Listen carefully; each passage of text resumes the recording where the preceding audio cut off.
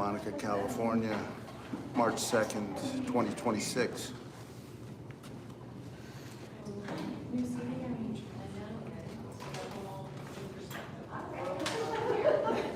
Is it better? I can see my phone. Is it better or worse? Okay, we all set? Okay, we'll call to order this meeting of for March, the Measure GS Resident Oversight Committee, and we'll begin with the roll. Okay, Member Anderson? Here. Member Bertler is not present. Member Buchanan is not present. Member Goldsman? Present. Member Jeever Prakash is not present. Member Kelly? Yes. Member Ramsey? Here. Member Shapiro-Klein is not yet present. Vice Chair Wessel? Present. And Chair Solo? Here. Okay, we have a quorum, so we can begin the meeting. I see no members of the public, so there's no public input on non-agenda items. Oh, did you want to speak to that? Sorry, go ahead. Well, as my continuing story goes about trying to get on the low-income housing list here in Santa Monica that I started last year, March 14th, in the Civic Center parking lot when they had an event to help homeless people.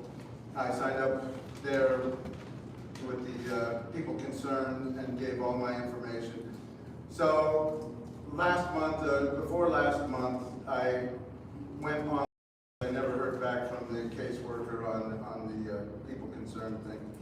And I stopped by last month at the housing authority here in Santa Monica, and they said that my name showed up, but I'm not in there yet. And so I said, well, okay, what do I have to do? And so I showed up today, and today Kevin said, well, your name's in there, but you didn't complete the form, so we have to, I said, I thought I completed what was there. He said, yeah, you have a few things. So it was like income and this, something else. And I already had put that in. But anyway, I said, why didn't the person last month tell me that I needed to do that? He said, well, not everybody knows. You should be getting some information in your email now. So we shall see. After about a year, I may be on the senior housing list.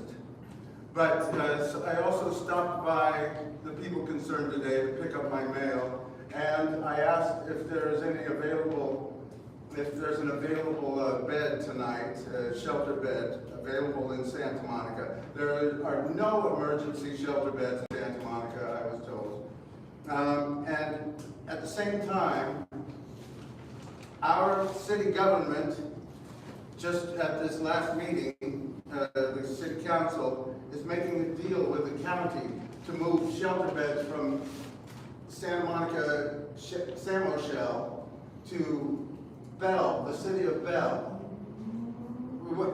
They want to move because there's a criminal element that hangs out around the San Michelle. And so they want to move them to the city of Bell. And the city of Bell is a more densely populated, a lower income city, and it is, has a much higher percentage of people of color. So at the same time, Santa Monica is criminalizing homelessness and arresting people for pitching tents in the park. I hope you all look at Santa Monica up close on YouTube, because they report a lot of these things that go on. Anyway, at the same time, they are arresting people for being the homeless, and they're talking about the homeless people being a criminal element, and they're moving them off to another city. And I hope that Manager Crosby brought the information about the approaches of Samo Bridge and what happened in the cases of people being sent to either jail or to programs, and what the outcome was from those programs of Samo Bridge. I hope we talked about that last meeting. And tonight, I hear we're going to be hearing more from the housing manager, Martin. And I hope we look at the old data. How many people were just saved from being evicted but moved into other cities? How many people were kept here in Santa Monica? Because I know helping people out of being going through eviction is one thing, but if you're moving them into another city, I don't know that that's covered by Measure GS. Anyway, so we need to stand up for human rights, and housing is a human right right here in Santa Monica, and I'll leave it there for now. Thank you. Can I get a question? Kevin?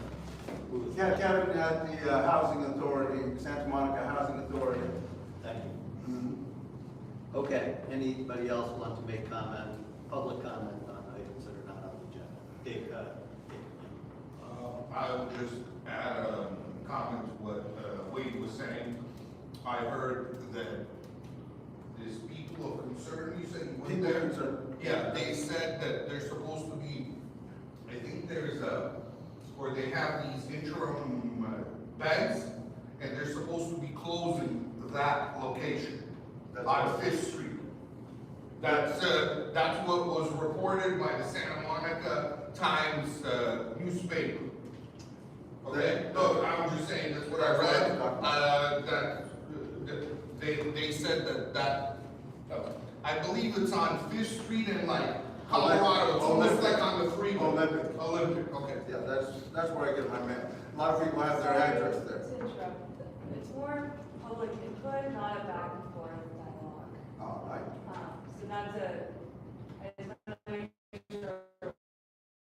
agenda item 1, agenda item 2 is public input. On things that are under the special agenda items, the consent calendar only, since we don't have any members of the public and since members of the committee can speak to those when we get to them. Public comment on that. Okay, so number 3 is actually, if people would agree, I'd like to go to number 6, our consent calendar, which is just approval of minutes. Get that out of the way, it's acceptable to everybody. Okay, does anybody have any change to offer? Seeing none, I'll move that we adopt the minutes. Second. Okay. Vice Chair seconds it. We can just have a voice vote, yes? Yeah. Yes. All in favor, aye? Aye. Okay, opposed? Abstain? Okay, that passes 6-0. Okay, now let's go to special agenda item 3A, which is update on right to council implementation and scaling the program to community need. T. Martin, our senior homelessness prevention and intervention analyst. Romy's here too. Romy Shaw, our chief deputy city attorney, consumer protection unit, are here to present, so take it away. Thank you. Get set up.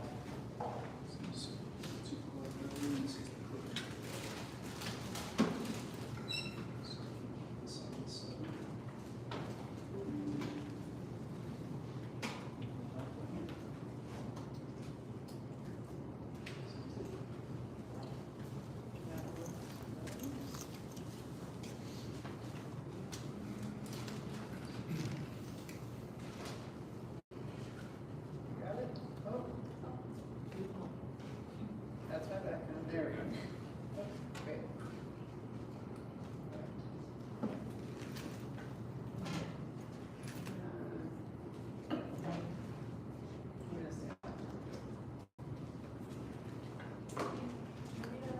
You have that clicker, I right? have the clicker. Oh. Thank you. Great. Good evening. Hi, everyone. As Michael shared, my name is T. Martin. I am a senior analyst in our City of Santa Monica Homelessness Prevention and Intervention Division, and my focus is on homelessness prevention initiatives. Good evening. So that's me. Also, Hi, my name is Romy Gancha. I'm the Chief Deputy City Attorney under Consumer Protection Unit. Before having that role, I worked as an eviction defense attorney at the Legal Aid Foundation of Los Angeles, doing eviction defense services. I don't know if it's technically part of the Right to Counsel program, but doing the types of services that are being funded through that program. And I currently work with them now. Great. And we're here together tonight to present on the Right to Counsel program. Specifically, this presentation, it builds on a presentation that I brought before you in October of 2025. We came and we talked generally about Measure GS funded prevention programs, the FFA program, and the Right to Counsel. You can kind of think of this presentation as a deeper dive into the Right to Counsel program that's in response to some of the committee's questions and inquiries that you've had for data on the program, particularly when it comes to community need for these services. And we're also going to be providing an update on the implementation of the Right to Counsel expansion. So that's what we'll be doing tonight. So I'll dive forward.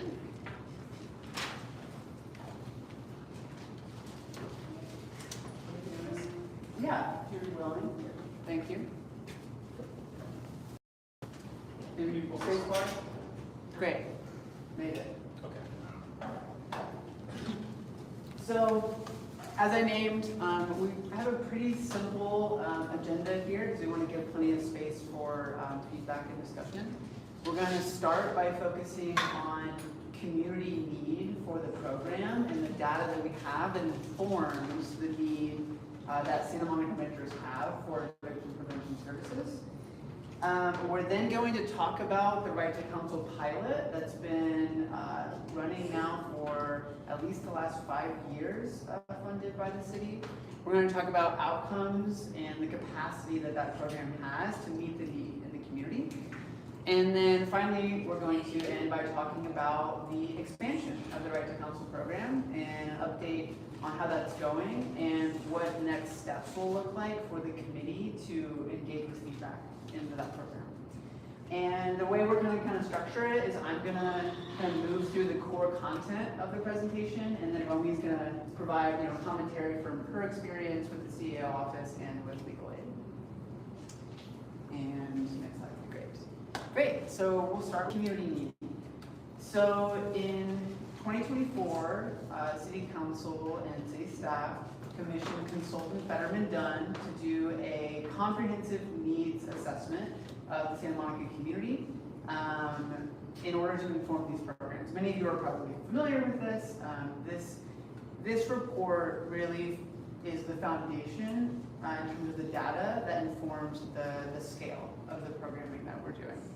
And what we know from that report is that the vast majority of Santa Monica residents are renters, 70%. We know that of those individuals, at least 20% of them are severely cost burdened and are paying up to 50% of their income on rent every month, which is... Sorry. Severely cost burden means paying more than 50%. Oh, okay. Sorry. I meant to say that. Thank you. Which is creates the conditions for housing instability. What we also know from that report is that in the year 2024, there were 472 unlawful detainers filed for Santa Monica renters. And we know that 80% of those were for non-payment of rent, and the majority of those eviction cases were for amounts lower than $5,000, which gave council the direction that they needed to move forward and pursue recommendations for programming that would meet this need. So this is, kind of the foundational data we have that informs the fact that there's a need for eviction prevention services in Santa Monica, Right to Counsel services being one of them. The additional thing to think about here, though, when we're talking about community need, is the flexible financial assistance program, which is currently in RFP, is designed to try to resolve as many of these cases as possible before they get to the UD stage. So we're not necessarily looking right now at creating a Right to Counsel program that meets 472 evictions, because the logic is that the FFA program will assist a lot of those people before they get to that point. And also something to consider is, even out of this number 472, Some of those renters are going to be above 120% AMI, which is the ceiling for Measure GS funded programming. So the 472 is a really helpful baseline, but those are some things to consider as well when you think about need. Romeo, if you have anything else to speak to in terms of community need. Yeah, I would just add, part of how Fetterman Dunn worked backwards and sort of figured out this 472 number, they had to combine data from different sources because it's actually not that easy to tell how many evictions are there. They had to extrapolate from a couple of different data sources, including, we do have a requirement in Santa Monica that landlords are supposed to file all eviction cases, but also all eviction complaints and summonses for cases that are filed with the city attorney's office. And we know that there's a lot of underreporting, largely we believe because of just a lack of requirement. But just to give some context, in the year that they did their regression analyses and they figured out there was about 472 UDs filed annually in Santa Monica in 2024, 85 of those were reported to the city attorney's office. So that gives you a sense of how much is being underreported. Could you say that again? So 85 evictions were reported to the city attorney's office in 2024, and we think that was the year that there was about 472. So just to give some context, in 2025, we had 135 cases reported to us. So they might be catching, that underreporting might be catching up a little bit, so maybe we're not seeing as much underreporting anymore, we don't quite know, but I think either way that tells us there was an uptick in cases, overall cases that were filed in 2025, so we know the need is this number of cases out there is not an outdated number, there's still a large, overwhelming need for these sorts of services. Cool. I'm ready to, Yeah. thank you so much. So that's speaking to community need. That's one way that we can, gauge that. The other thing that we can do is we can look at our Right to Counsel pilot program and the data coming from there. So for fiscal year 24-25, last fiscal year, LAFLA, which the pilot Right to Counsel program, it has 2 staff attorney positions, and that's currently what it's set at. But as happens in 24-25, there was a bit where one attorney had left and one attorney they're looking over the whole year. And the norm across the sector in terms of case carrying capacity for eviction attorneys is about 40 cases per year. So that's the number that we're looking per attorney per year. So in this last fiscal year, LAFLA, with about 1.5 attorneys, still was able to provide full scope legal services to 76 households. And 100% of those full scope cases resulted in a positive legal outcome. 52% remained in their current unit in Santa Monica. 48% received support with a soft landing, which means they had no eviction on their record, potentially extra time to move, waived rental arrears, and support with relocation. So those are kind of the 2 categories under positive legal outcome. And as you can see here, 80% of those cases were for non-payment of rent. So that's still the vast majority of these UD cases. And then we also have data here from the midway point of this fiscal year. So this would be from July of 25 until December of 25. And during that time, in which they've only had 1 staff attorney, they've done 38 active full cases, which still puts them on track to meet their year-end goal of 80. So this kind of gives us some information about the capacity of the current Right to Counsel program and the effectiveness. The fact that even with a short staff program, they're meeting their outcomes, and they are essentially guaranteeing for the folks that they're representing a positive legal outcome. And something that I know the committee asked for too is, data on other jurisdictions, and what these programs look like here. And I don't want to go deep into that now, but I will say there's reporting from LA County's Right to Counsel program. Very similar to this. 99% of full scope cases resulted in avoiding disruptive displacement and essentially a positive legal outcome, where 95% of tenants who were not represented were evicted. and were disruptively displaced. They did not have this kind of soft landing or positive legal outcome. And I included in the agenda online a link to a resource that actually provides data on right to counsel programs across the country. It's a really great resource if you want to do deeper dive. So all of this is to say, the right to counsel program is shown that it is effective. And it shows that it meets the need that it can in its current capacity. But how do we know, apart from the Fetterman-Dunn report, that there is unmet demand? One way that we can look at that is the fact that LAFLA, in the last 18 months, in this time span, has served 225 limited cases. So one question the committee had was, how many folks is LAFLA turning down for services? The answer is they're not turning folks down. What they're doing is they're providing limited scope, which is essentially legal advice or pro per support, to the majority of the folks that come through. And in the event that this program has increased capacity, the estimate is that at least half of those cases, LAFLA would be able to support with full scope representation. So that's like another way that we can kind of gauge unmet demand. I just want to clarify, so full scope means like full legal representation, like in court, and Yeah, it's like, full representation as their attorney for the duration of their case, however long that extends into court. Can you define, limited scope too in that? Yeah, Do you want me to? sure, go ahead, please. So a lot of times a limited scope representation looks like helping people fill out forms. There's some ways that tenants can go and sort of appear for themselves and fill out paperwork, but that paperwork can be very hard to understand without a lawyer at least sort of walking through it.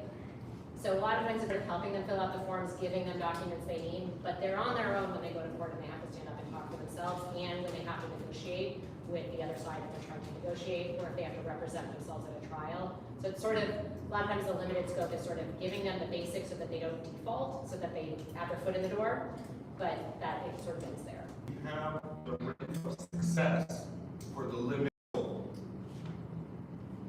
Yeah, that's a good question. We don't have data that kind of shows end of case outcomes in the same way.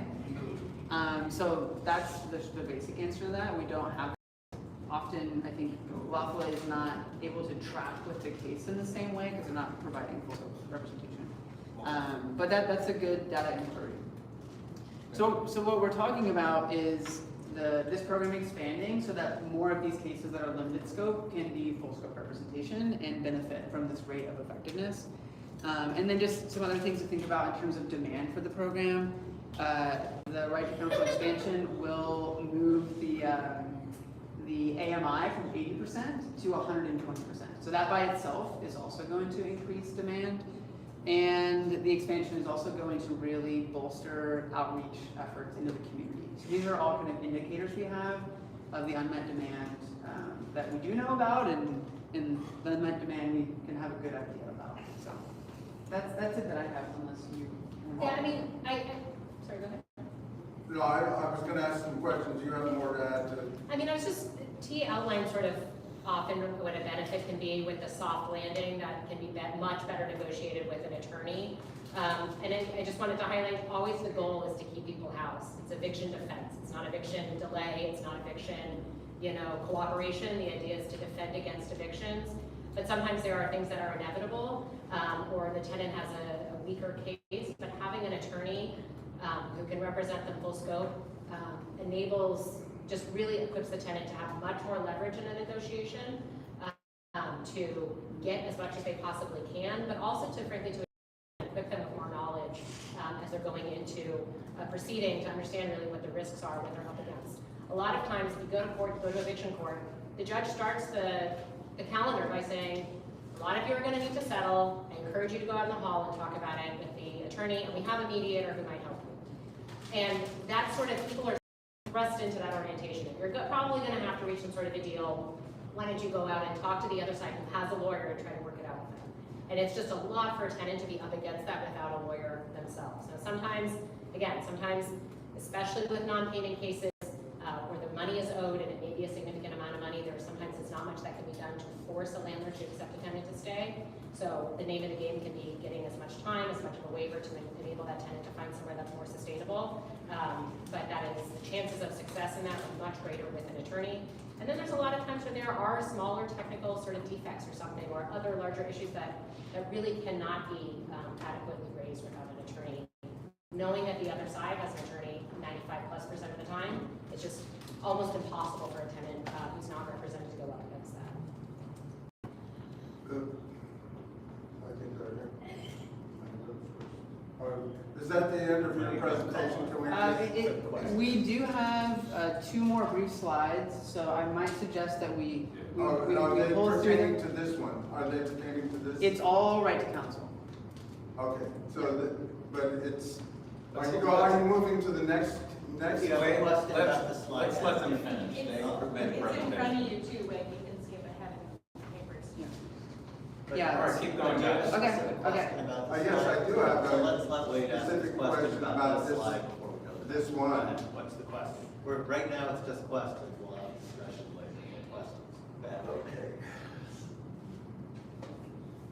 Since Santa Monica has only built about 4% of what it said it would in the housing elements of affordable housing since 2022, and the criminalizing homelessness, 48% of these, the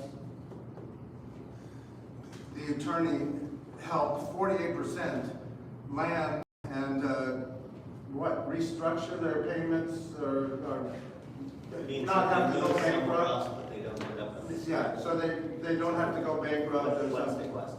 The question is, why would Measure GS be funding somebody to get legal help to another city? Okay, that's a discussion item. It's not a question for this. Let's let them finish. They were on the presentation. And I'll just clarify, that doesn't necessarily mean they moved out of Santa Monica. Yeah, so, Oh, that doesn't mean they moved. yeah, so, How many of these people remained in Santa Monica? That is the question.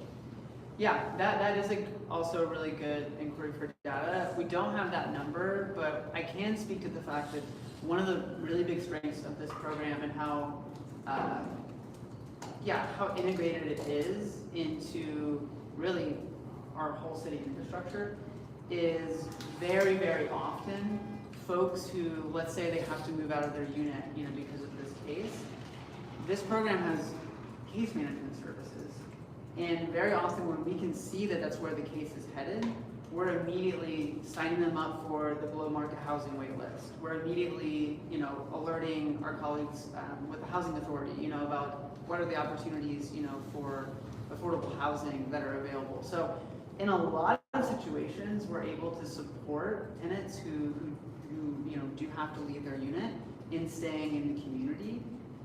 But I think the really important piece is even if an individual is leaving, their unit because of that case, they're avoiding an eviction on their record. Well, I understand that, but we're trying to keep people in Santa Monica, so That's- how many of those people are staying in Santa Monica? And what happens to the units that these people are thrown out of? Do the prices go up on these units that the people have left? Do we have information about that? If I could, maybe this right, is at least 52% stay in Santa Monica. I understand, but what about the 48%? The answer is that you've asked a good question. They don't have the data tonight, and yes, the rest. Yeah, that's great feedback, great question. So I appreciate that. Okay. So, Excellent. yeah. Sorry. Yeah, I was hoping to ask if there's any, just like, you can share, so 80% of cases for non-payment and 52% of cases are remaining housed. So do you have a comment on how these cases are being resolved? It's just sort of defects in the eviction, or if people are sort of coming up with the money in the meantime, or what have you? I can speak generally to that. So a big way in which this happens, and we've touched on this a little bit, is the city currently utilizes flex funds in conjunction with Lawful's Right to Counsel program to pay off rental arrears in these cases. And again, that typically requires that the other side is willing, to that kind of arrangement. But that is the way that the majority of these non-payment cases are set up. And the idea then is the FFA program will become like an expanded version of that. And I think generally is a right, in order to get that sort of funding to payers, you have to be able to, the advocate at LAFLA sort of has to demonstrate this is a sustainable tenancy going forward. So they try to solve whatever problem it was that has a tenant fall behind. If it's a short-term thing, maybe that's one thing, but if they have a long-term income gap, maybe they're getting connected with other resources, so this won't be a problem in the future. Yeah, and I really can't overstate the case management portion of this program is so crucial. Oh, David. My question is, what, I don't know if you guys will have this data, but what is the success rate versus when the tenant already owes, let's say, back pay of 3 months, and they're in the process of getting, evicted. So let's say somebody comes in with a lawyer, and then I come in with no lawyer. What is the success rate that the lawyer, if I come in with a lawyer, that I'm gonna be able to get an additional month to stay there? Or I will not have to back pay the 3 months. I'll only have to back pay 2 months. What is the data behind that versus a lawyer versus no lawyer? When a certain amount of rent is due, do you have that data? He presented it earlier about what the county shows. You can present it again. Yeah, I think I get like the specific thing you're going for, David, but what was shared earlier from an LA County report is that tenants who didn't have representation from an attorney, 99% of the time they were displaced from their unit, where when they did have representation, 95% of them avoided. Correct, but that data, what you showed, I'm not disputing that data. That is just general data. What I asked for was specific data that wasn't shown. Okay. So that's what I'm asking. Every time these guys come, you guys fire questions at them, and they're trying to do their best, but I'd like to hear the rest of the presentation and then have other people speak too. Because at some point, you can, I think they have a lot of information. I'm sure we can ask questions where they won't have it, but I'd like to hear the whole presentation so I can digest it before we get into a discussion. So are we done, or are we? Let's keep going. Okay, Let's do it. going, so. Sounds good. Yeah, and I think I'll say too, like,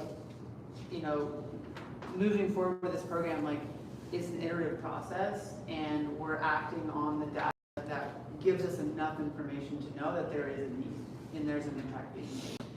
But additional data questions are really helpful. So now we're moving to talking about this right to counsel expansion. We talked about the pilot program, we talked about the community need, and clearly there's a need for expansion, and thus, almost a year ago, City Council approved the staff report that put forward this right to counsel expansion, and specifically named it as a program that would make right to counsel services available through the expansion of the current right to counsel program, and would allow for the program to take up to 200 additional full scope legal representation cases. And I just pulled that out a little bit because I knew one question the community had was, what are we tied into? Does it have to scale up to 200, or how many attorneys? So the staff report was framed in such a way that allows staff to implement this expansion in an iterative process, and in one that's responsive to community need that we see through LAFLA's data, and that is responsive to program capacity. And so that is how the expansion will move forward. And to that note, it has moved forward.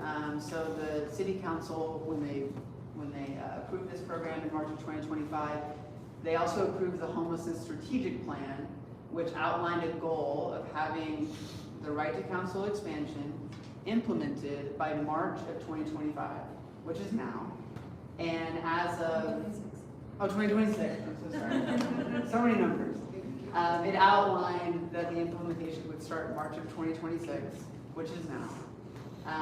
And accordingly with that, the expansion contract has been reviewed and approved for the right to counsel expansion, for the expansion you see here, which is essentially adding 2 additional staff attorneys. So that's going from 2 staff attorneys to 4, doubling capacity. And with that staff capacity, the addition of a supervising attorney, essentially, to supervise over the staff. And then also the addition of one additional case manager. So that is the current phase of this right to counsel expansion that has been entered into. And essentially what city staff will be able to do in conjunction with this committee is assess community need going forward, and if it would be determined in the future that there be a continued need to expand the program further, we could proceed with doing that. But this is the present step that has been taken. This is for 5 years. Yeah, the right to counsel expansion contract is for 5 years, yeah, which can be adjusted on a year-to-year basis. Yeah, yeah. So that's that. There's one more slide, and then I think we can open up for discussion, unless Romy, you wanted to share anything. So now just like looking forward a little bit on what this practically means. So because has gone through, WAFLA is now engaging in hiring up staff attorneys, which is no short task. But WAFLA has been engaging in a strategy of really early outreach with law students to try to get them signed on for roles before they've finished law school, so that they can join as postgrad attorneys. And the fact that it's approved now puts them in a really good position to start doing that. So allowing for that hiring process, it's likely that the program will have like expanded capacity probably by the start of fiscal year 26-27, like this summer, realistically, when it comes to how long hiring takes. And so in that time, HPI staff will engage with LAFLA to refine program components such as key performance indicators, how are we measuring progress in this program. Community outreach strategy is going to be huge. And so that's kind of the phase that we're entering into now. And so our intention is to come back to this committee in May or June to receive feedback on those program components and kind of make sure that we are aligned as the program really enters its expanded capacity in next fiscal year. So that's the intended path that we're on. That's the community need that we're responding to. And that's what we have. Okay, so I see Wade, Bruce, Sam. Others want to jump in the queue yet? Okay. Okay, so Wade, this, you get to go first. This is discussion or questions, whichever you want to. I mean, you can do both. But thank you. Take it away. So this has already been put forward. It's already, the contract's already done. Yes, correct. So Okay, so wait. All right, what's the budget? How much of Measure GS is going to this? yeah, so the right to counsel program as a pilot was around $739,000. With this expansion for a full fiscal year, that will increase to about $1.38 million. So a little bit less than doubling the amount for the program. That being said, the right to counsel program has pre-existing funding sources before Measure GS. So Measure GS is not the only funding source, if that makes sense. But 1.3. Yeah. Sounded like, just to clarify this, so But $600,000 a year for 5 years is basically. Yes, yeah. Recognizing that the city could cut it off, but that's. Yeah, that's or what city council- it could also expand further. so What, do we know what the existing approved by the city council? Yeah, the existing approval was for. Two. Is 2 million. Over 5 years. Over the 5 years. But that was specifically for Measure GS. I understand. But So hang on, that would only be $400,000 a year, so it's not like a burden. Proposal is a burden, what's happening now will go faster.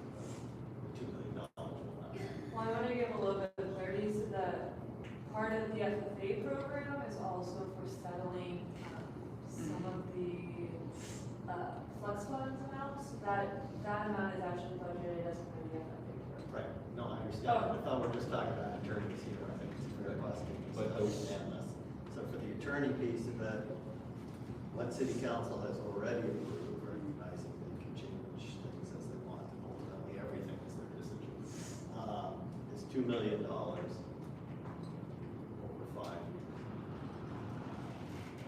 But it doesn't necessarily have to be, so if this were to really be the numbers that you're talking about, they would have to come back and get additional authority from the out years from the city council in order. Or utilize additional funding resources. In what the council did in March was just say, let's spend year 1 of GS. How do we spend year 1? So they haven't even talked about spending year 2. I'm not suggesting there isn't plenty of money that could be spent on this, I'm just trying to understand what they've approved so far.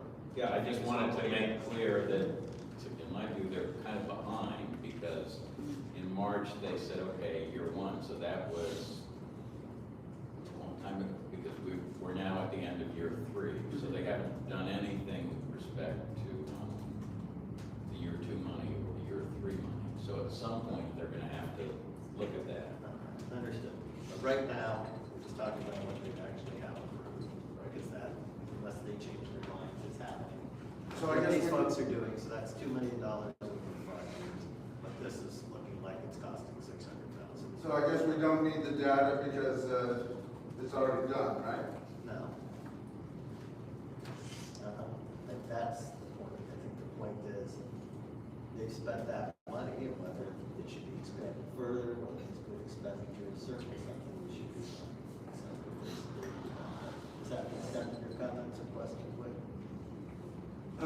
Well, I hope we see the data, and then if, I don't know if we're gonna have any impacts, but I hope we can see and see how it's worked so far and how it's going to work in the future.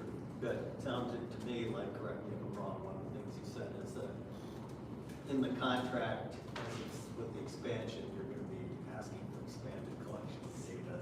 That's something that people here could weigh in on suggestions about eventually.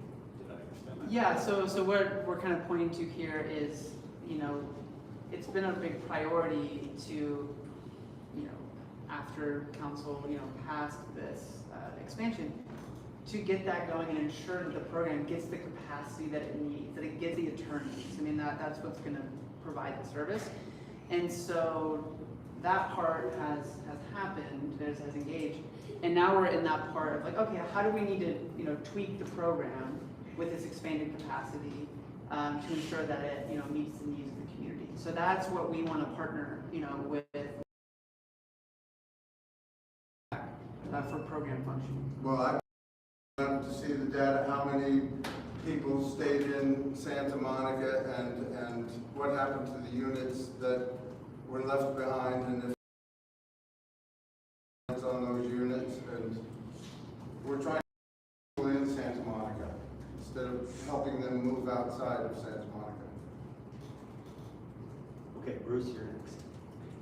So I agree with what Wade said, and I understand that sometimes if someone is not able to meet their rent, it's not a sustainable situation, and they find some other alternative that works for them, that we can facilitate them moving to another alternative, even if it isn't within the boundaries of our city. There's nothing wrong with that, if that's what works for them. But, so just one comment, and then I wanted to talk a little bit about the Human Services Flex Fund. The comment is that I think that staff sometimes over-relies on the Fetterman-Dunn report, and we did get the data from somewhere that you can get the data from the LA Superior Court that shows the number of unlawful detainers filed by zip code. We got the data, we know, I think it's around 360, it was projecting for, I don't know where you got it from, Natalie, but you got it. Yeah, someone on staff got it, I don't know. But so that's real data. The court knows if someone files an unlawful detainer and they know the zip code, So that's real data that we can always get, and that indicated when we got it a meeting or two ago that the problem persists, that there are unlawful detainers filed. I get the underreporting problem, which I don't know if it's solvable, but there is one data source that's 100% reliable of getting the LA Superior Court unlawful detainer filed, which is then ends up potentially in LAFLA to deal with it. And then the question is, I think T is too modest in explaining the role that the staff and the city play in interfacing with the lawyers, because the lawyers have the problem and they want it solved, and as you pointed out, it doesn't really get solved in court. It gets solved by negotiation, and I understood from the people at LAFLA that they call you and ask you for money if they need it, and sometimes you say yes and sometimes you say no. And I know that the numbers we were talking about before was like 250,000 in the Human Services Flex Fund, which may have been increased. But what is the Human Services Flex Funds? How are those funds used, and what levels are they? And that'll dovetail with flexible financial assistance. Yeah, I feel like I know in the October presentation we had the numbers, so maybe 257 or something. Yeah, but as a brief overview, the Human Services Flex Fund program draws from general funds to create a pool of flex funds that Santa Monica residents who are enrolled in city-funded programs can. Human Services Grant Program. So it's only for Human Services Grant programs. Right, a select group of people that have prior authorization. Yeah. So it's essentially if you're in like Natalie said, Human Services Grant Program. There are a few other partners as well, but it's city-funded social service providers essentially. If they're working with a tenant or resident, they can apply for these flex funds. And the eligibility criteria, but really like the heart of it is housing in a lot of ways. It's housing retention. Is how will these funds support housing stability, or how will it support attaining housing? Something like a security deposit. So that is the existing kind of program that has been run through Human Services and now Human Services and HPI, which is very impactful, and particularly with the Right to Counsel program, and we're meeting weekly, discussing these cases and processing these requests. But it's very limited in the sense that it only serves folks who are in these programs, who are able to get a case manager, who are able to get an attorney. So that's the logic of the FFA program, is creating a much more well-funded form of financial assistance that can be more directly accessed by people in the community who have a financial need but maybe don't have a need for a case manager. They're one of these folks where it's under $5,000 and they just need, that to be met. So that's what the Flex Fund is, and then that's, the logic of that then kind of evolving into the FFA program. I just want to say, I don't know if this needs to be said, it's sort of a little bit in defense of the Fetterman Dunn report, or one of the things that it did that the county data couldn't tell us is a little bit more of the percentage of the breakdown of the types of cases, the non-payment versus the non-payment cases. A hunch we all had is that it's like 80% based on what LAFLA knew. But this added piece of what that threshold is, of the types of 3-day notices people are getting, and which one of those mature into evictions, and what that sort of strike number is, that this is under $5,000 is a huge portion of those. That was one of those, we had that data, but we needed them to sort of look at that and make sense of that. So that's a piece of information that like the county can't give us, which is really helpful. And one follow-up on that, I'm not necessarily in agreement with everyone who is thirsty for data, and I look at these reports and think maybe we spent too much on consultants. But there is GS money if we want to hire Fetterman Dunn to answer every question we have and review it. They could do it again, because that's what they did when they were hired and did it in 24. And they could update their report from 24 and add more information if we as the committee decide that would be good expenditure of GS funds. I think we could recommend that. Yeah. first I want to thank you very much for bringing this report forward, because I think this is exactly what we did request in terms of data. It has, you know, the volume of cases, the volume of cases we're seeking to serve, and then sort of the outcomes of the cases. And I think that is the data that we requested. So just first, thank you. That sort of takes us to the next step, which is just like a math problem of what is the amount.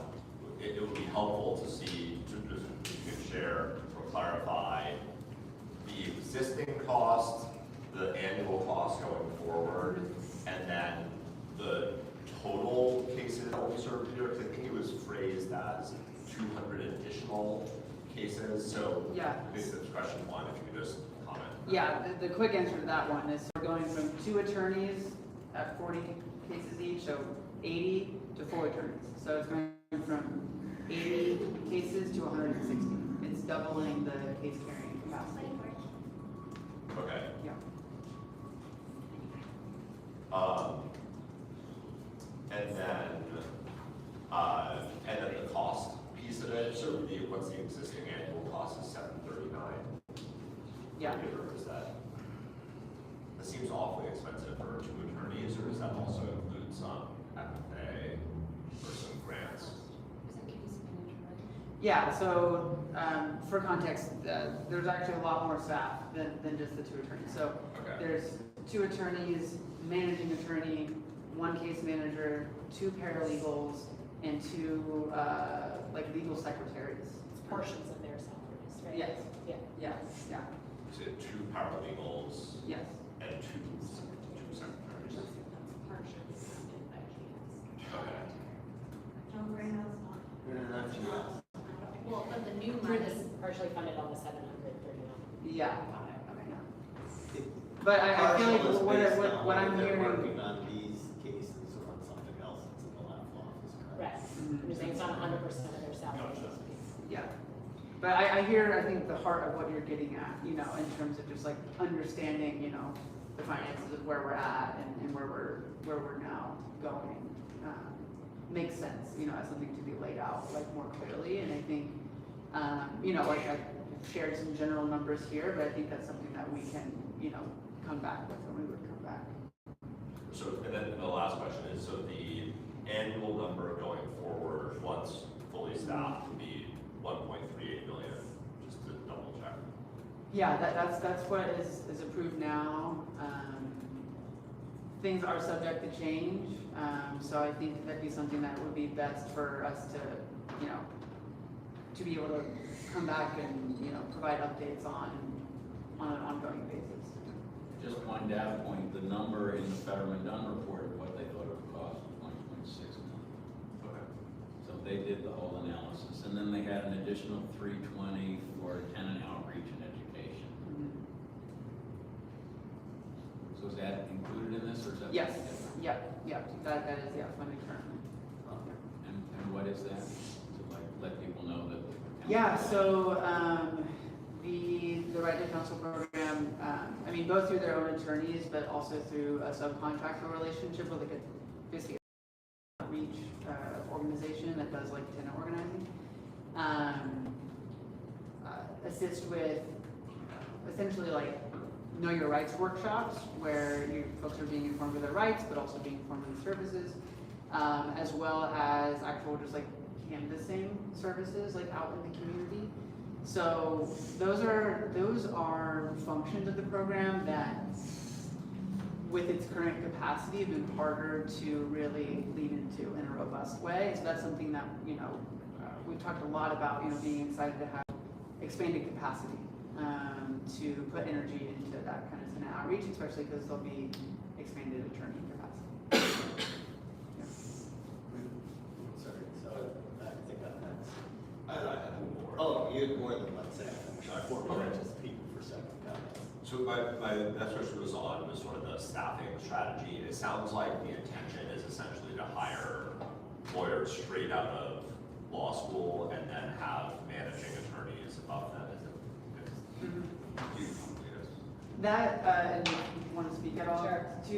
Yeah, I think there's a lot of dynamics when it comes to hiring attorneys say that the hiring of post-grad fellows is one strategy, you know, amongst many for hiring. Yeah, I'll just say, so before I was working at LAFLA, I was working at legal aid organizations in New York who were starting to roll out their right to counsel program. They were one of the first, San Francisco was another, Philadelphia had one, and LA was in the mix. And this is a problem that all of the right to counsel programs across the country in eviction defense are facing, is how do you build this pipeline of people who want to do this work. It tends not to be the kind of work that people will transfer into mid-career. The reality is the salaries are very low for some of the graduates from law school. You said 700 sounds like a lot for a couple of lawyers. Trust me, the lawyers are not making anywhere near that, the lawyers at LAFLA. And so it tends to be, you know, you kind of do need to recruit people out of law school. It can be a great training ground for people, and I think they're working on trying to sell that to people. I mean, you can get so much great hands-on experience early on. But it is a real challenge in trying to recruit people to do the work when there's almost every other legal job pays more. So with that in mind, I guess, what's sort of the target like ratio between management and staff attorneys? Because it sounds like there's an existing managing attorney, but there's also a request to hire a supervising attorney, which seems like a high management ratio. Yeah, that has been built in kind of in alignment with LAFLA's general practice for like ratio, and that when there are, well, and I guess one thing that I'll also add here is LAFLA, this right to counsel contract is one of 2 contracts that LAFLA has with the city of Santa Monica. They also have a contract with our Human Services Grant Program, and that program has 5 attorneys. So They do things, they do domestic violence work. They also have attorneys in the Santa Monica office that do immigration work. So that managing attorney actually just oversees the whole office. yeah, It oversees more than just the attorneys under this program. And having a supervisor who can actually supervise the individual work is not something that LAFLA had for a long time, but as they've had to grow the ranks of the eviction defense attorneys, they've built in this mid-level manager, which I think has been actually very helpful to get more of that hands-on supervision and bring some of those newer attorneys who are brand new at this, actually give them that. yeah, thank you so much for that. I also realized I forgot to, I feel like, share one important piece of information, which, you know, I've spoken with Kevin Mitchell, who is the managing attorney, you know, in the LAFLA Santa Monica office, and he is more than welcome of the opportunity to come, you know, and speak with this committee, you know, like in more detail about some of these aspects of the program as well. So just want to state that as well. Yeah, I guess I think as a oversight, we would just be remiss not to say that presumably the cost of the supervising attorney, it makes sense, right? You have 4 like new grads, right? You have somebody's got to manage them, but that the appropriate sort of allocation of GS would not be unfair, disproportionately paying for an additional layer of management that's responsible for other programs. Totally makes sense. And I think one element there too is like the current managing attorney like is half time devoted to this right to counsel contract, if that makes sense, because of like other attorneys. So that's kind of the logic of it. It's like they need their own. But I think that'd be a great thing to talk about with Kevin.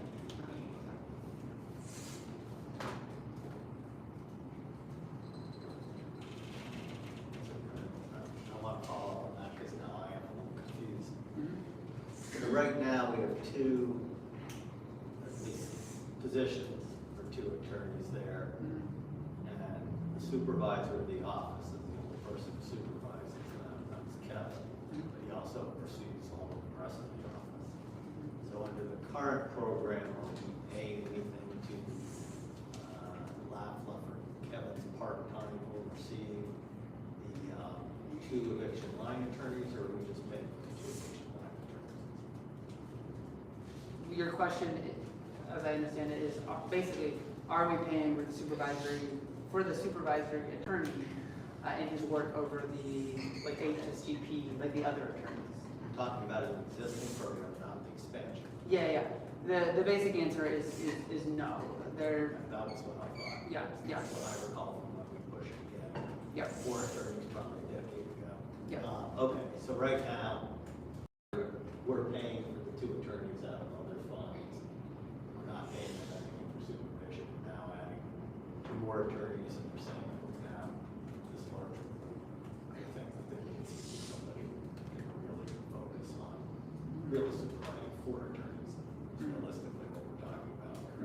Yeah, yeah. Because I completely agree with your point, it's important to know what we're paying for, but Yep. given that background, that doesn't seem to me like an unreasonable thing. I guess I'll say, as who's ever done this, I've done personally hundreds of eviction defense cases myself, and work closely with legal services organizations. Sorry, we're having a little trouble hearing you. Sorry, I said, as someone who's personally done hundreds of eviction defense cases and worked with every legal services provider in LA County pretty much at one time or another, there is no question in my mind before we get to data points, but from real world experience that it makes a difference people having a lawyer. What they're talking about with limited scope is that people come in, they listen, they check the boxes on a form that goes, as they said, so on a default, so at least you get to go to court. But those folks, when both things, both when they go to negotiate a settlement, you know, I'm a Harvard-educated lawyer, practiced sophisticated law for 20 years. First time I didn't know, for example, about sealing the record so that landlords don't know about that. I didn't even mention that. That's an actually crucial benefit that people get so that their next landlord doesn't know, because if they know you've been subject of an eviction action, you're the last person that you want to be renting to and the like. So it's just not something that you know unless somebody tells you, and you won't know that coming out of law school. You'll need somebody who has experience, and that's what I did, was talk to people who really did that kind of work. There are other studies. I started pulling out a few. There was and the data, depending on the point in time and what you're looking at and whatever, you know, there's one that they started with a small pilot program here called the Shriver Project, and there was actually a study of that which the legislature had. There's a study of New York's right to counsel after the first 3 years. There's the study that was put together, the cost benefit analysis for the city of Los Angeles. Where their city council just adopted a right to counsel program and all of that.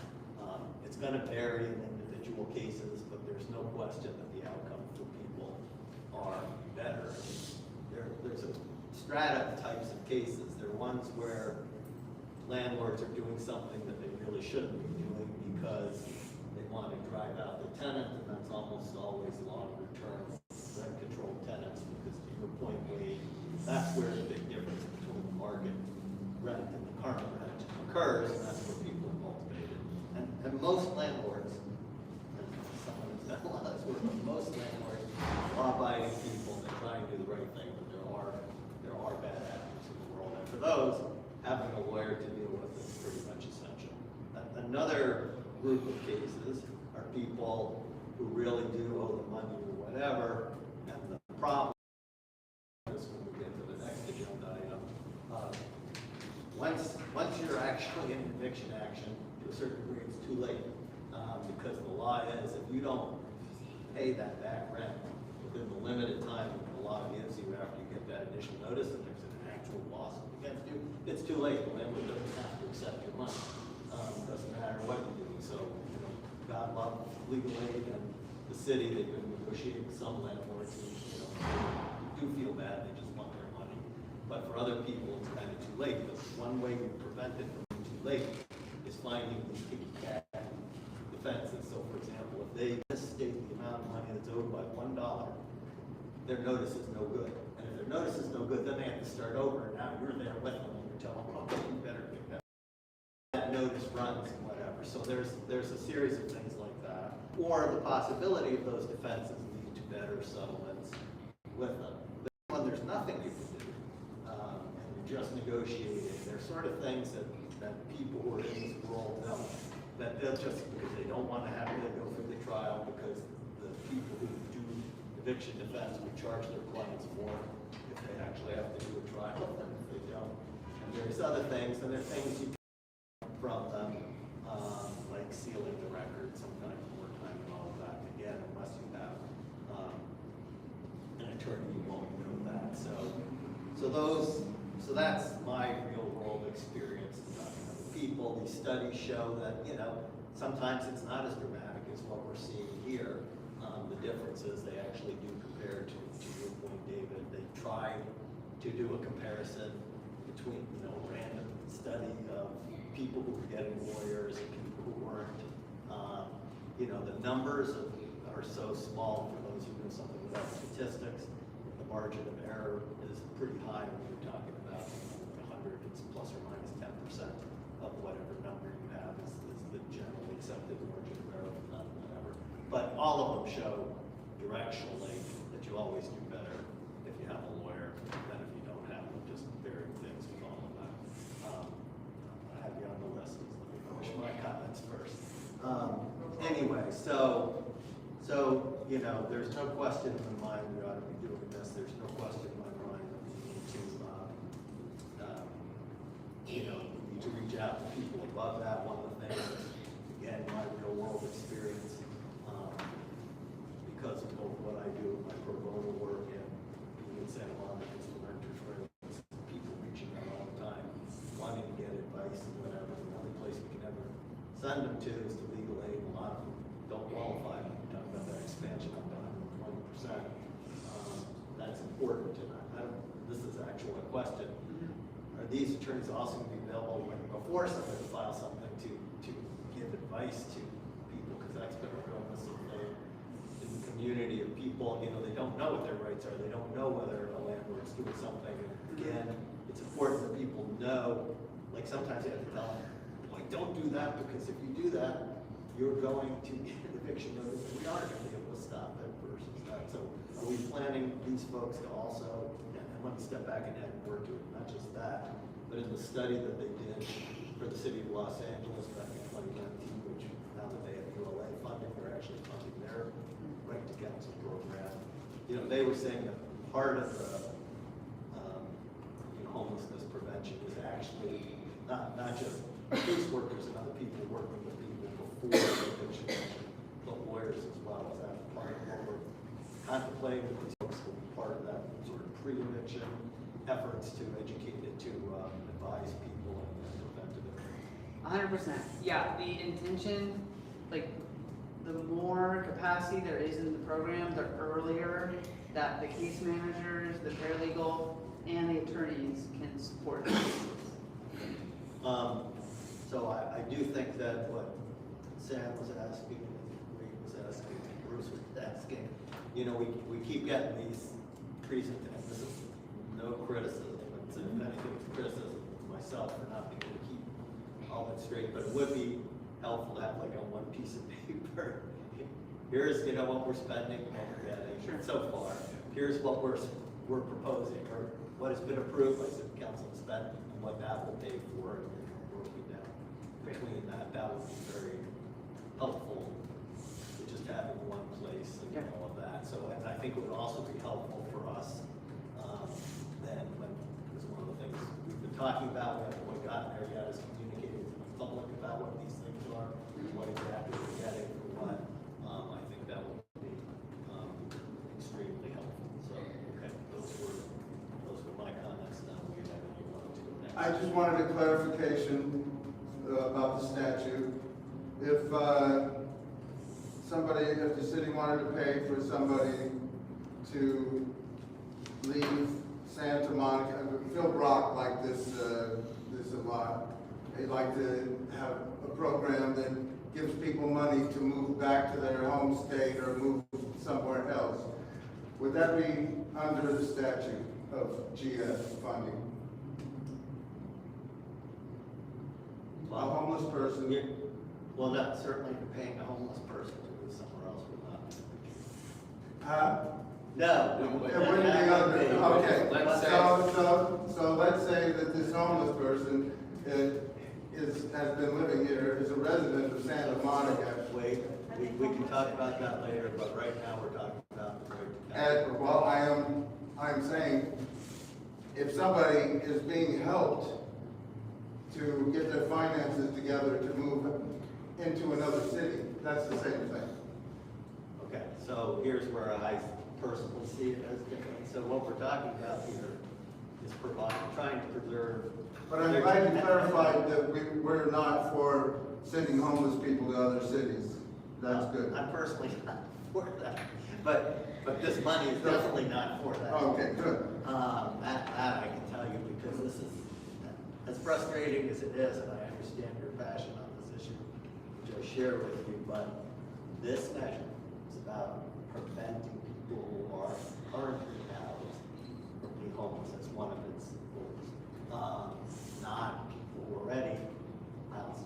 To the extent it's people already, it's only creating legal affordable housing when they can live here. That's the only things that tie to it in this measure. But as to your question about this, it's people are living here right now.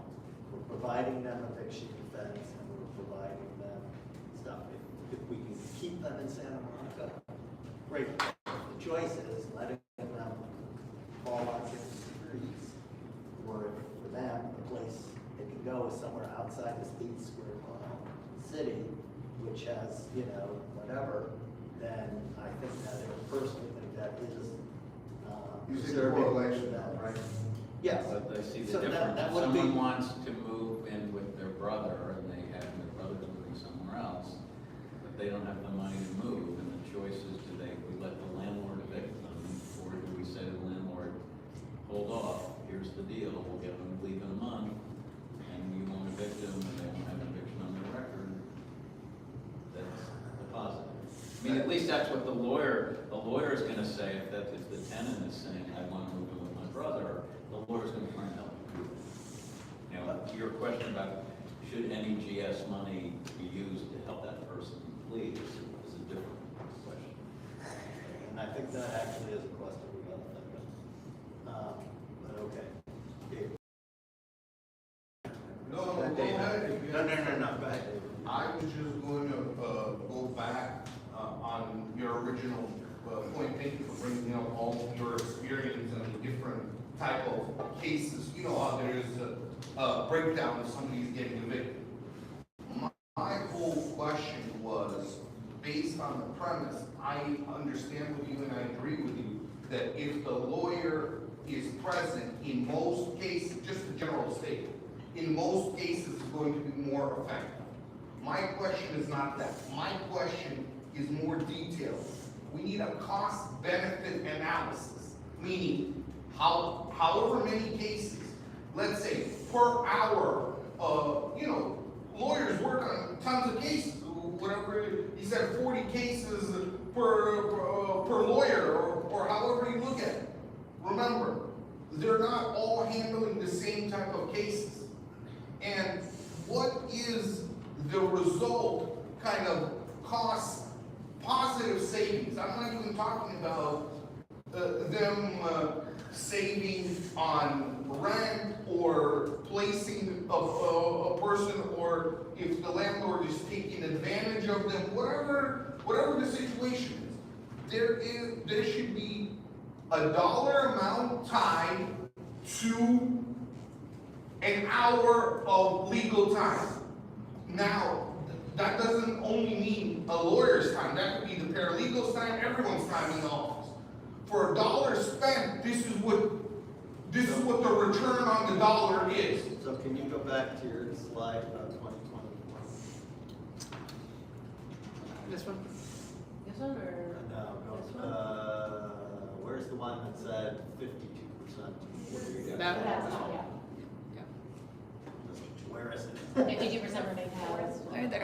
Thank you very much. Okay, so 2024 to 2025 fiscal year,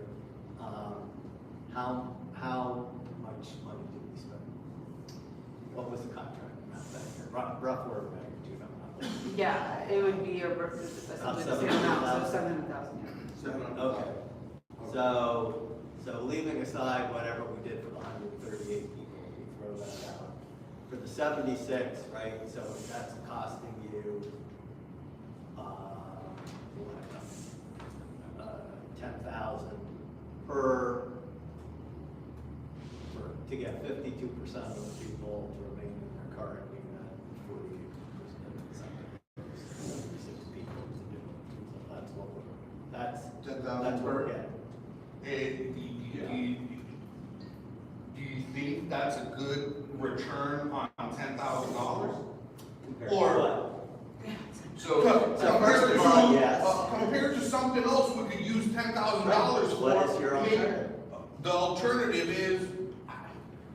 The alternative is I could take $10,000, how many people I could help them with the other program he brought up for either people late on their rent, remember $5,000? That or does include that. This includes the 700,000. I thought that was Excuse me, hang 138. on, let's get the facts straight. I understood the 700,000 included the lawyers and the money that they used in some of the cases, is that right? Or not? No, that's not correct. The money that's used to settle the cases would be from flex funds, which would be separate. So 700,000 is for funding the program. Okay, so this program costs 700,000 plus 250,000? No, 250 is one higher. That's the entire That's flex the fund? entire flex fund. Yeah. Which is Okay, usually- so we don't know what portion of that went down. These Yeah, I don't have that six offhand. households. Yeah. Okay, well then we can't answer the full question. But Well, worst then that's a case good scenario, it's 13,000. Say, And yes, Then I it goes do, back to and yes, the- I do think that $13,000 to keep Santa Monica, Santa Monica households, that's what it takes to, from all of the things that go associated with being evicted. Yes. That's per household, remember, it's 13,000 per household. Now, if I took $13,000 cash, how many households that are late in Santa Monica in the same demographic area? If I took $13,000 cash and see who's late on their rent, how many households could I help with that $13,000? First of My all- bet is more We don't need to argue than about it. what you're helping. We're not gonna debate. I mean, there's, first of all, $30 million has come in from GS, and they're not spending any of it to help people. So if they help one person not be evicted, I would be happy. One person off the street, I'd be happy. There's $6 million extra dollars that's gonna be gushing out of the flexible financial assistance program that's gonna go into people's pockets to help them stay housed. It's a lot of money, and that's gonna dovetail with this program. So I don't know how it's really gonna work, but looking forward, the city council already said, of the money we raised in the first year, let's take 8 million and do this. 2 million to work on with the right to counsel, and 6 million for flexible financial assistance. So a lot of money's gonna be spent in the next number of months or 6-month period gushing into this, and we need to monitor that. But it's easy to say, well, could I use that money elsewhere? There's plenty of money elsewhere to use it for the things that you want, that when I started on this, I was frustrated that it's now the end of year 3, and these discussions should have started 3 years ago, and things should be running and going well, but we live in the world we live in, and so now our job is to try and understand what they're doing and be critical, because the next item I'm not a fan of. Critical when we think it's wasted money. We should do that, but they're trying to do what the council directed. That was before we existed, was to spend the money in this way, and now we want to do it hopefully in the most efficient and productive way possible. But I'll just say, I agree with you that that's a valid question, and that's why, as I said, the only criteria that's actually written into the statute is cost effective. So we should look at that, and if there truly are better ways that we can keep more people out, I'll be for that, but we're not going to resolve that tonight. Luana. Yeah, I guess I have a couple thoughts around all of these things, but I wanted to reiterate Bruce's point where it makes sense to be protecting our dollars, but also we need to operate it with the amount of money that we have, which is a significant amount of money. So I think that the question of what's the price per case is helpful, but for me, it's more of an anthropological reflection on how crazy our bureaucratic system is and how expensive our bureaucratic system is, because these are people that already have evictions. So if we had a magic wand and we could wave it, take eviction away, that would be way too much. This is the pipeline they're in, and this is what it costs, and that sucks. And the lawyers making the money aren't making that much to even protect them in this situation. So the ends aren't meeting, but we have the funds. the people we can, is sort of where I'm at. So this is another question for staff on, so the contract with LAFO is for 5 years, the city can adjust it year to year. Can you elaborate on that? Like, it's up to the city to decide how many dollars, how many attorneys, year to year? Yeah, so I mean, with any of the contracts we have with providers on a year-to-year basis, you know, we refine that contract, we make budget modifications if it's needed.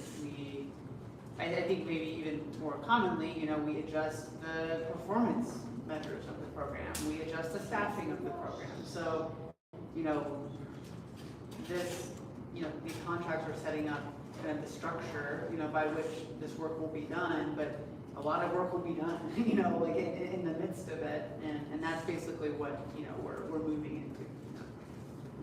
I guess the real, like, the heart of the question is, if 12 months from now, we all decided, or we took the view that the flexible financial assistance program was the best thing to ever happen, and the LAFLA program was a very poor use of funds, could the city council go and say 0 for LAFLA, all of it for the other program? Does they have that latitude to change the scope of the contract that substantially? That's a legal question. I direct you not to That's a great question for the city council. Right, yeah. Under what circumstances do the contract? Yes, so we could look at the contract, and this will be an issue with FFA. Well, is there a right to terminate the contract? Under what circumstances can you terminate? Well, but also, I mean, in a contract like this, right, if the city's general fund is often, or right now at least, in, dire straits, if the city needed to cut its budget, Not dire. if the city needed to cut its budget, is it required to spend $1.3 million per year with LAFLA? Or does the city have latitude over the volume and sort of scope of the annual contract? One is budget, yes, one is not general fund. So in that scenario, when the city had to reduce its general fund, you want to use measures, yes, to fill that.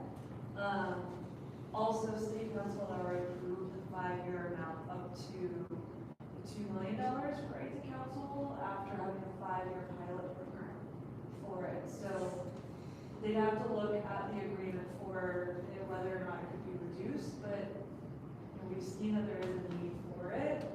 So that's confusing because the annual run rate of the program is $1.3 million. The total scope of the 5-year contract is $2 million. We're mixing two things. The total program includes the non-GS financing for the original program plus the supplemental for the regional. Okay, so what is the contract value then? It's the 2 million over 5 years. They're two separate contracts. Yeah. yes? Yeah.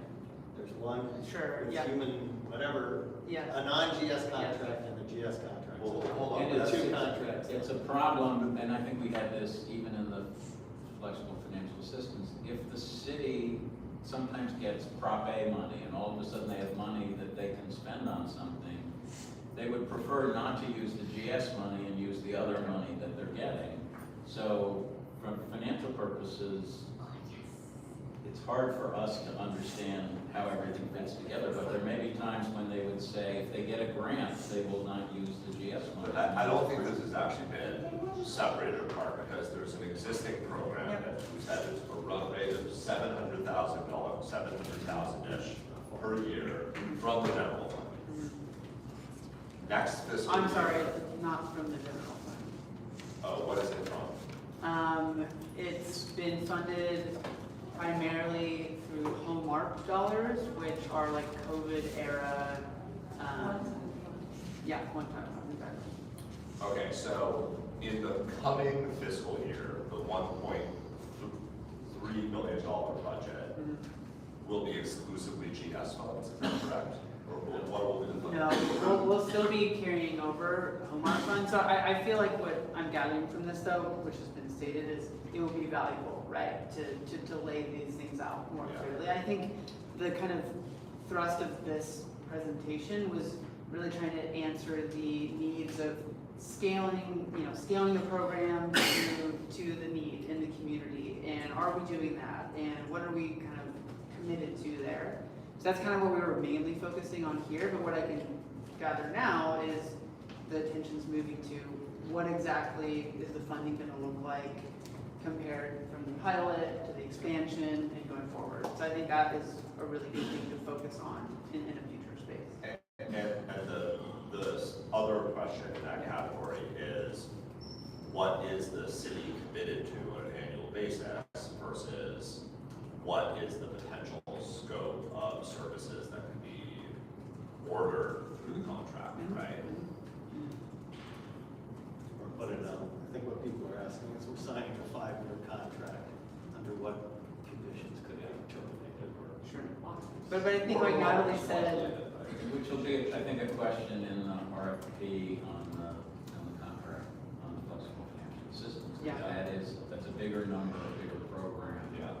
And we don't have the existing data from a pilot. Yeah. We don't know the people.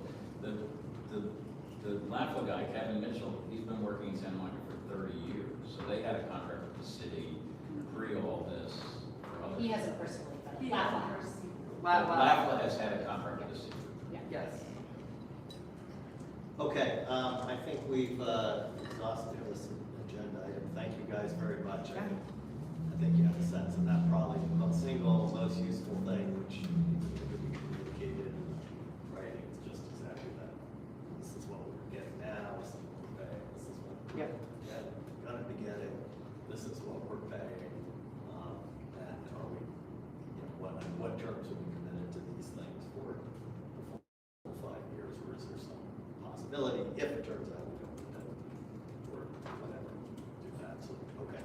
Yeah. Thank you very much, Steve, guys. thanks I so much. appreciate it. Thank you so much, Romy, for doing Yeah, this. sure, thanks. Yeah. Oh, no. Who's our what number? Okay, well, we're on item 7, which is public opinion agenda. We lost our one member, so all the rest of us are free to comment as members of the committee. So now let's go to 9A. Actually, you know what? Is 9B short? I think might be helpful for everybody to hear. It's very short. Hear about the money before we, It's the big talk goose about it. egg. So unless somebody objects, 9B first, okay? All right, Which is I'll the be- measure GS one. So this tonight put a verbal report out, we're doing just quarterly written ones. And there were no transactions or revenues received. So nothing. Since what? Nothing in January of 2020. Sorry, nothing since the last meeting, which was February 2nd. Right, that was reported December data, because it's all in a month. Correct, yes, so no January. So there were no January transactions. Okay, good. And so that leaves us with what total numbers?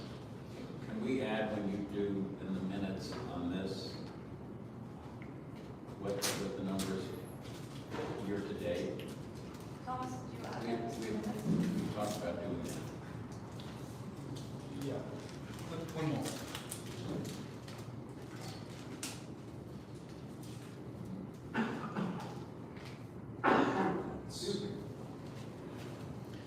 I believe they are in the minutes from last month. This says the revenues were 6.9 million for the month, and it says 2.5 for commercial and 4.4 for single family. That's just for the month. Oh, you want the total revenues. Okay. And so the total revenues, as of last meeting, this meeting, is 79.3 million. For Minus the 30 million. Plus minus the Minus 30 million. the to the schools. correct. No, that's total. Right, States. 30 million of that has gone to the schools. So the remainder is what's, Yes, Within correct. the So cap, the remaining yes. balance is 49.3. Sorry, I didn't flip the page. Yes, 49.3. Okay, now let's go to 9A, which is discussion of possible action on staff proposal for the predictive prevention pilot program. We received some responses to inquiries from last time. Somebody, is there anything anybody is presenting on this, or should we move right to discussion? I was gonna say, so to my understanding, the second conversation is essentially just discussion amongst the committee members, but we do have the presentation available for what we shared last committee meeting. If folks have any additional follow-up questions or would like any kind of reminders of what we shared in the last conversation. So no new material, but we have the presentation from last committee meeting for reference, if that's all. Okay, great. Okay, so we're in discussion. Let's get a list of people who want to discuss. So anybody else? Mimi, Bruce?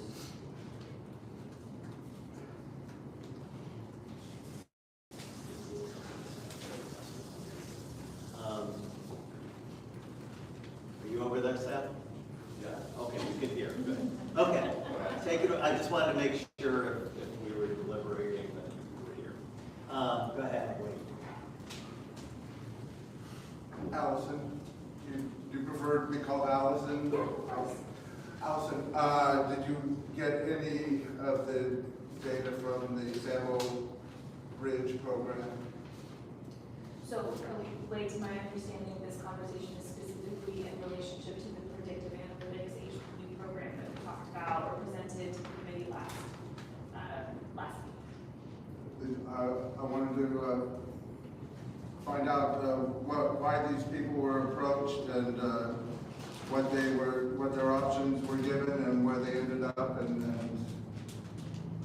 that the Samuel Bridge program that you oversee. So Samuel Bridge is overseen by CAO. It's under your banner when we got it. It says that you're the manager of this and this and this. So the Samuel Bridge program is a diversion program that city attorney runs in partnership with the police. So you're not managing that. No, we do not oversee or administer the Samuel Bridge program.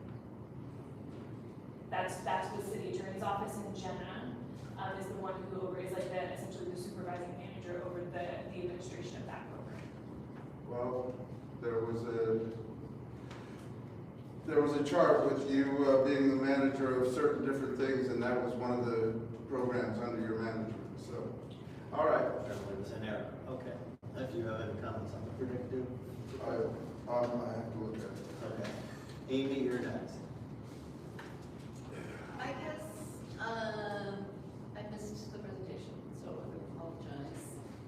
I guess I'm curious about from your kind of list, why are you prioritizing this program in particular for us?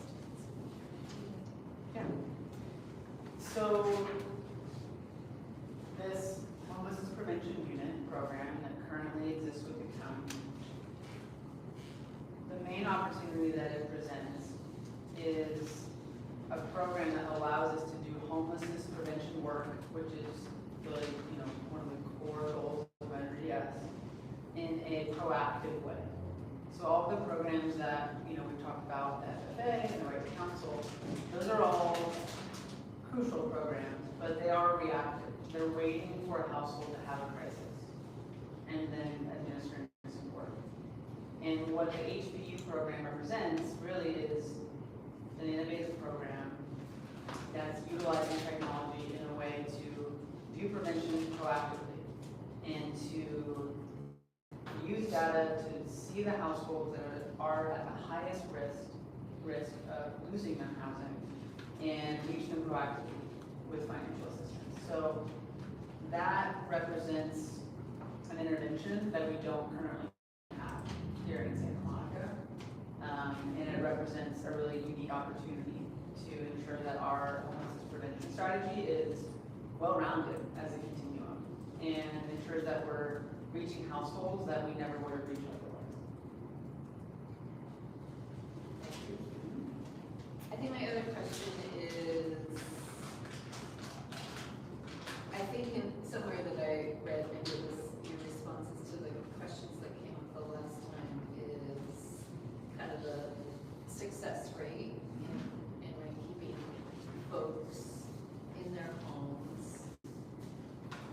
way to kind of long-term track them, right? Just beyond the immediate support that's provided, is there a way to track them year after year after year to see if they're able to maintain that stability? Yeah, so that would absolutely be something that we write into the service agreement with the HPU team, that would be a unique type of follow-up and tracking of essentially retention of services or care provided. And Do you think that's feasible yeah, as well? I'll add, I mean, so, well, yeah. so there, one, I'll say, this is a great question that I think a lot of homelessness prevention programs wrestle with, right? How do we know, like long-term, that folks are stable after the service? And frankly, it's hard for one intervention to be able to say, I stabilize someone for life, but the ways that we do, seek that data, probably the strongest way is by these prevention programs feeding their data into larger service databases. So the HMIS or Clarity is like the name of the homeless services kind of database across the county. So that's one thing, for example, that if you ensure that your program is enrolling in that database, then yes, you can track that individual, years down the line. And if you see that they use a homeless shelter in the future, or they use, an FFA in the future, they fell, back into stability. So that's probably the most effective way, and that is a requirement, of the HPU program to feed into those kinds of databases, and that's the best way we can keep track of that. It's not perfect, but that is the best. Yeah. Yep. Yes, please. That's all. That's it. So this is a program, as I understand it, that unlike the things we were talking about before, the city council hasn't approved. Yeah, not at this moment, correct. So you're coming to us before it gets out into the public, so we can be expressive in saying things that don't make sense to us, and you can think about it. I understand the county has a program. We're actually in the county. It's people from Santa Monica could participate in the county program. It doesn't seem like they have that much, but the county program is really in its infancy when you look at the numbers. It's a small number of people that they've helped, and they're trying to be, I guess, proactive in saying, some computer says you might have a financial problem because of X, Y, and Z, and we're here to help. And about half the people they call say, I appreciate your call, I need your help, and go into some kind of a program. So that's what the county has discovered, but it's just, Is this program for all of the county or unincorporated? It is for all of the county, and yeah, I'll keep going. and so since 2021, they've served 1,800 people. It's like 800, 700 a year in the county. And so then when I think of, okay, Santa Monica is about is a tiny piece of the county. So how big a program do I want to say Santa Monica needs, given that this is, it's a baby step to say, let's try and see if this works, and whether there's a need and whether it makes sense. So to me, doing $800,000 in Santa Monica seems like a lot of money to spend on something that, when I look at the whole county, they're not spending that much money, per resident of the county. I mean, you're going from 10 million to 80,000 or whatever the comparison. So that it's one thing to say we should try and do this, we should call people and we can see what their need is, but it's another thing to say, and let's give the staff people who are working on this $800,000 or whatever, to $700,000 to give away to people because there must be a need in Santa Monica. I'm not convinced that there is, and that ramping up that quickly strikes me as too fast, given the uniqueness of the whole approach. Is it something that you would be more interested in, to say that if it was scaled smaller for the initial engagement to do proof of concept? Yeah, that the computer spit out, 50 people to call, we called them, this is what we found. As opposed to saying, okay, here's $800,000, you're Santa Claus, give it away the next year. That's helpful. Especially relative to what the questions that people asked last time in the data is if it's 700 people a year that the whole county is finding to help, the number of people in Santa Monica could be like 3. It's not, I know that you have some data to be able to say, well, we think there are X number of people in Santa Monica who have need but haven't interacted with other things, but it's just a guess and that you start calling those people. And so given the point that Wade makes once, there are real people with real needs that we know about in our community, and we're ignoring some of them. So to say, hey, let's find people who don't know they have needs and try and help them because we think maybe it's a good thing. I just don't think that, I'm not convinced that that I would say, well, let's spend $800,000 on this. I would think of something small. Just to see, in the same way you did a pilot program, not you, but the city did a pilot program with LAFLA, and there is at least some data to show that it works, and now we're expanding that. This is much earlier in the cycle. I'm saying, is this something that really, it sounds creative. There are articles I read that say it's good, but I'm not convinced that reaching out to people who aren't asking for help and saying you need help, that's something I could spend $800,000 on without being convinced that it was. Is it okay if I give a brief response? Yeah. Yeah, I totally, resonate with some of those, I think, cautions. I think that, the one piece of data that was, I think, encouraging to us is that, the risk list that's generated, using this predictive modeling did, it has, already over 502 Santa Monica households that are identified as high risk. And if you're then kind of taking that 43% enrollment rate off of that, like pretty quickly, that is around 200 individuals, that in theory would enroll in a program like this. And what we're proposing here is 72 individuals. So I think in terms of the larger population within Santa Monica that's been identified as high risk, we do put this forth as a pilot and as a proof of concept, and as something that, if deemed effective, could be scaled up pretty slightly, to probably meet, the full need of that group. And it is a new program, and I understand, that as a consideration. So I will also say, if it is helpful, that the county team for the program has offered that they're also happy to speak to the program directly, if we kind of got to that place of wanting more information directly from the program. So those are just some pieces.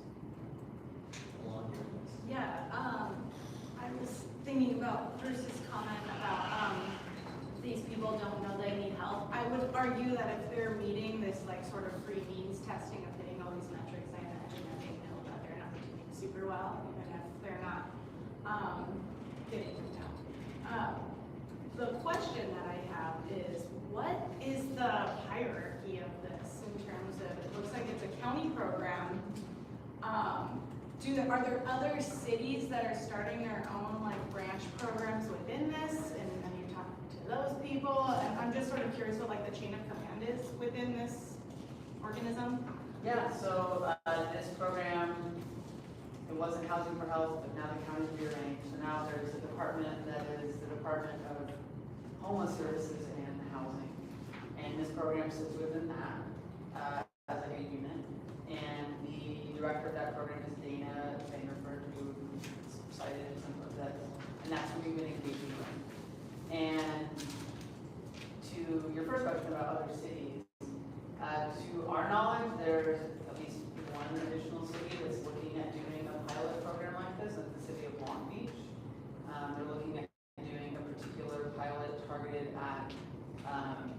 additional APUs for essentially young people. So that's like something that's being experimented is, can we take this approach and like hone it in on a particular subpopulation? And what we're proposing here is, can we take this approach across the county and specify it to one city in San Juan? Yeah, I guess I'm sort of curious, like, who are the bosses? Like, would the Santa Monica team be getting support from a county person? And I'll say, what would be happening here is not dissimilar from lots of other things. For example, the city, contracts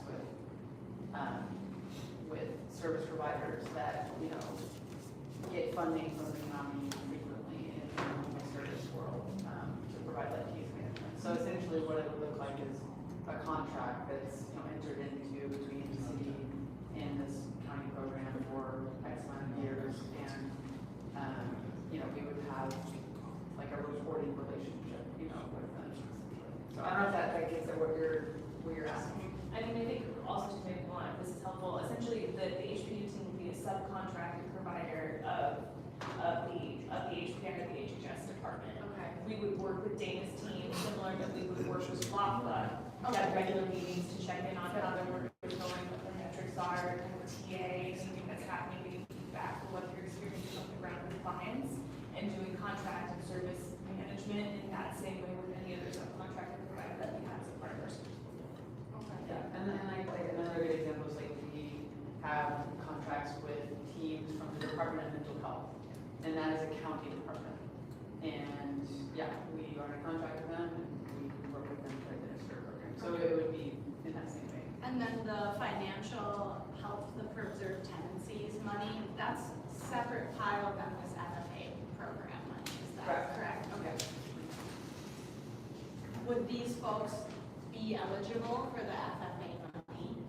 They very well could, yeah, and that's something we discuss, directly with their team, is how to integrate the program. But I think like the kind of novel contribution of this program is its outreach method, essentially. And then you would run that? Yes, I'm all done, thank you. Okay, so just a follow-up question. Yeah, I'm just trying to keep my bucket straight. So an FFA, we're gonna hire You were doing this, I didn't realize you were busy. hire someone to run it, and they're gonna determine eligibility and all that. So this one, who would decide whether someone gets a check? So I think that the agreement essentially is that we would set terms for who kind of our target population is with the HPU team. They would pull that information, and I would imagine we would review that information with them to make sure that it's the target demographic that we want to reach out to. They essentially do the groundwork, and then we would meet with them for a regular basis to hear about what the impact of what their experiences in service delivery and essentially program management. So we would determine that criteria Working with the county. with that team. Correct. Yeah, working with David's team. And so then on FFA, whoever we hire is ultimately gonna make that decision for those funds with guidance from the city. For who's eligible for FFA. For the flexible financial assistance, if they're gonna have a contract and they're gonna have money and there's eligibility criteria, and they're gonna certify that someone's eligible to do that. Yeah. Because I'm thinking like what I keep reading from the city manager about the ambulances, like which things you do in-house and which things you hire someone to do. And, I like the idea if the county is willing to take the lead on this, that's, And we're just dovetailing on what they're already trying to do. And that's the logic of what we're doing here, is it's an existing program. They actually would not be hiring additional staff. So there's a lot of benefits to saying, we're just, we're, like you said, dovetailing on an existing program that's showing promising results with an innovative approach. Yeah.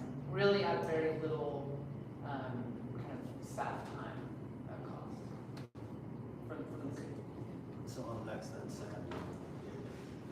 So first question, is the limits on the county based on who they're able to find or the funding that they've chosen so far to devote to this program? The limits to how many people they reach? Yeah, why are they only reaching 700? Is it because out of the 10 million people in the county, they can only find 700 a year, or is it because they only have so much money? It's And funding they're- for sure. Okay, so they're maxing out what their existing practice allows them to do. Yeah. And then I guess my comments are this. So if I understand what you're saying about the funding here, we're shooting for $800,000, we're committing for 1 year. 60% of that is for the money that actually helps people, so if we don't find anybody, none of that gets spent, correct? Correct. Yeah.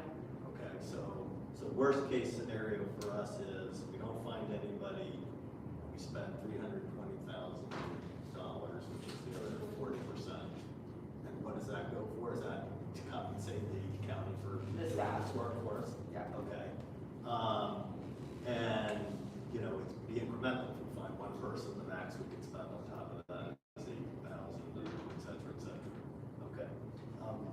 For me personally, I generally agree with what Bruce is saying about, you know, pilots and whatever, but my feeling sort of is on this, that the county has piloted this, and now the question is, what are we doing here? That the risk that we're taking, given what I just said, is pretty small. We just talked about how we have this money that we're not getting pushed out there into the world to do something. It seems to me that we ought to try this and see what happens for a year. I think it's highly innovative. I was actually literally before this meeting talking to one of the gubernatorial candidates who raised the question about using AI homeless intervention. So it's funny that you said that. I'm going to this meeting, so I'll be sending that person material that you guys put together in the link. I think that this is a potentially important area to the point that Ron was pointing out. It's not so much that people don't know they need help, it's they have no idea that there's help out there. In fact, it sounded like that one of the biggest challenges they have in this, watching that PBS thing, listening to the people from the program, is people thinking it's a scam. They don't believe that somebody's really going to try and help them and do all of this, which is hitting their uptake. I'm very afraid of that problem with everything. I mean, we created the Preserve Our Diversity program a long time ago. It then got additional funding from the city council, but it's been very slow uptake. And, you know, for all of the meetings and, you know, in Virginia and Park, whatever, that's just not a very effective strategy for getting people to know. I was glad to hear on the other program you're talking about actually going out and canvassing, knocking on doors, telling people whatever, and this both tries to reach people and also has people who are skilled at trying to do that, because I've had the experience. I mean, there's a certain group of people who need the help, and even if they think it's legitimate, whatever, they just won't take it for whatever reasons, and there's nothing we can do about that. So, you know, so that, to me, I think that this is something that we ought to try for a year and see where it puts us. So that's Sam, you're next, and then David. Yeah, I think, you know, this is primarily a comment that I think I see this similarly, that 72 households and $800,000 in the context of the amount of funds we have available does sound like an acceptable scope for a first year of the program to me. I do think our primary problem is in trying to stand up programs. It takes a lot of time, and the fact that we have not really spent much out of these funds. So that's sort of a general comment. I would request that I think we talked about this in the prior subject about just trying to lay out the financials of what's coming. Like we periodically have reports of what's coming in, right, and what's available in GS funds. But then what is going out, you know, hooray, that column will now exist, right? Like that there's money going out soon enough. But it would be helpful to know in the categories of, right, preserving tenancies and income assistance, you know, how does 800,000 plus the, you know, 1.3 million, what have you, how does it all stack up compared to what we're seeing on an annual basis?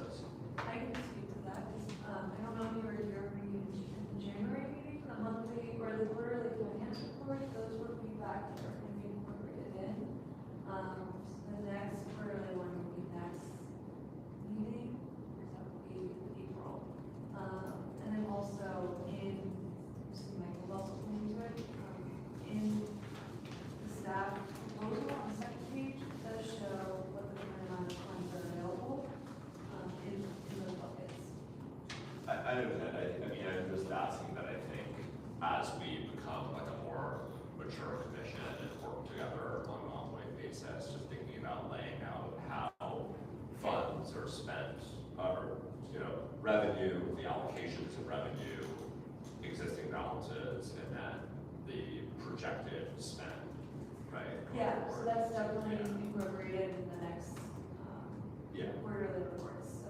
Are you asking for that at the top of every meeting, or is the quarterly sufficient for you? I think the quarterly is sufficient if we are having, but the quarterly is sufficient, and then if we are reviewing additional proposed programs, we would want for that line item to be added, or that would be a request. So, yes, that, yeah, that's probably, and I think, you know, T, you spoke to this, but this program references an outcome that is 18 months after discharge, right? That the amount of street homelessness, 18 months after discharge, and I mean, again, this is getting far into the future of this commission or goal, but I think in terms of having 3 programs right now, we're really talking about the legal assistance, FFA, and this. Ultimately, what we do want to get to is being able to have a more definitive statement around, are some of these programs more effective at long-term preventing homelessness than others? So I know that these are like deeper data questions, but I hope there are things that you guys will take seriously and talk about with how we get the long-term fix. Yeah, and I'm glad you said that, and I think that really connects as well to a core, I think, aspiration for this partnership with the county. It is, you know, to provide this service that's going to prevent homelessness, and it represents a partnership, you know, with an entity in the county and their partner, the California Policy Lab, who are doing very complex, you know, data analysis, and the opportunity to be in that partnership and have access to data that we may not have otherwise, I think that's a big part of the drive here as well. Kind of like in addition to the service itself. So, David?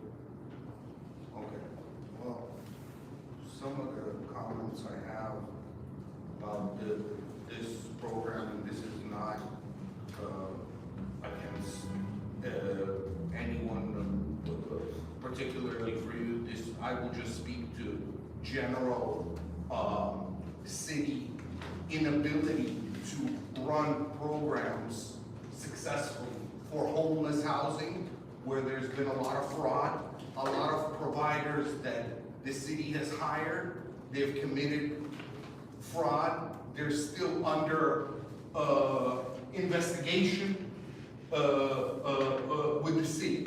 Then there was other funds given to programs. It's hard for me to believe, you know, in another program when we have so many failures in programs. Like Wade always brings up, is like, what happens, I understand the city of Santa Monica compared to the county is 1%.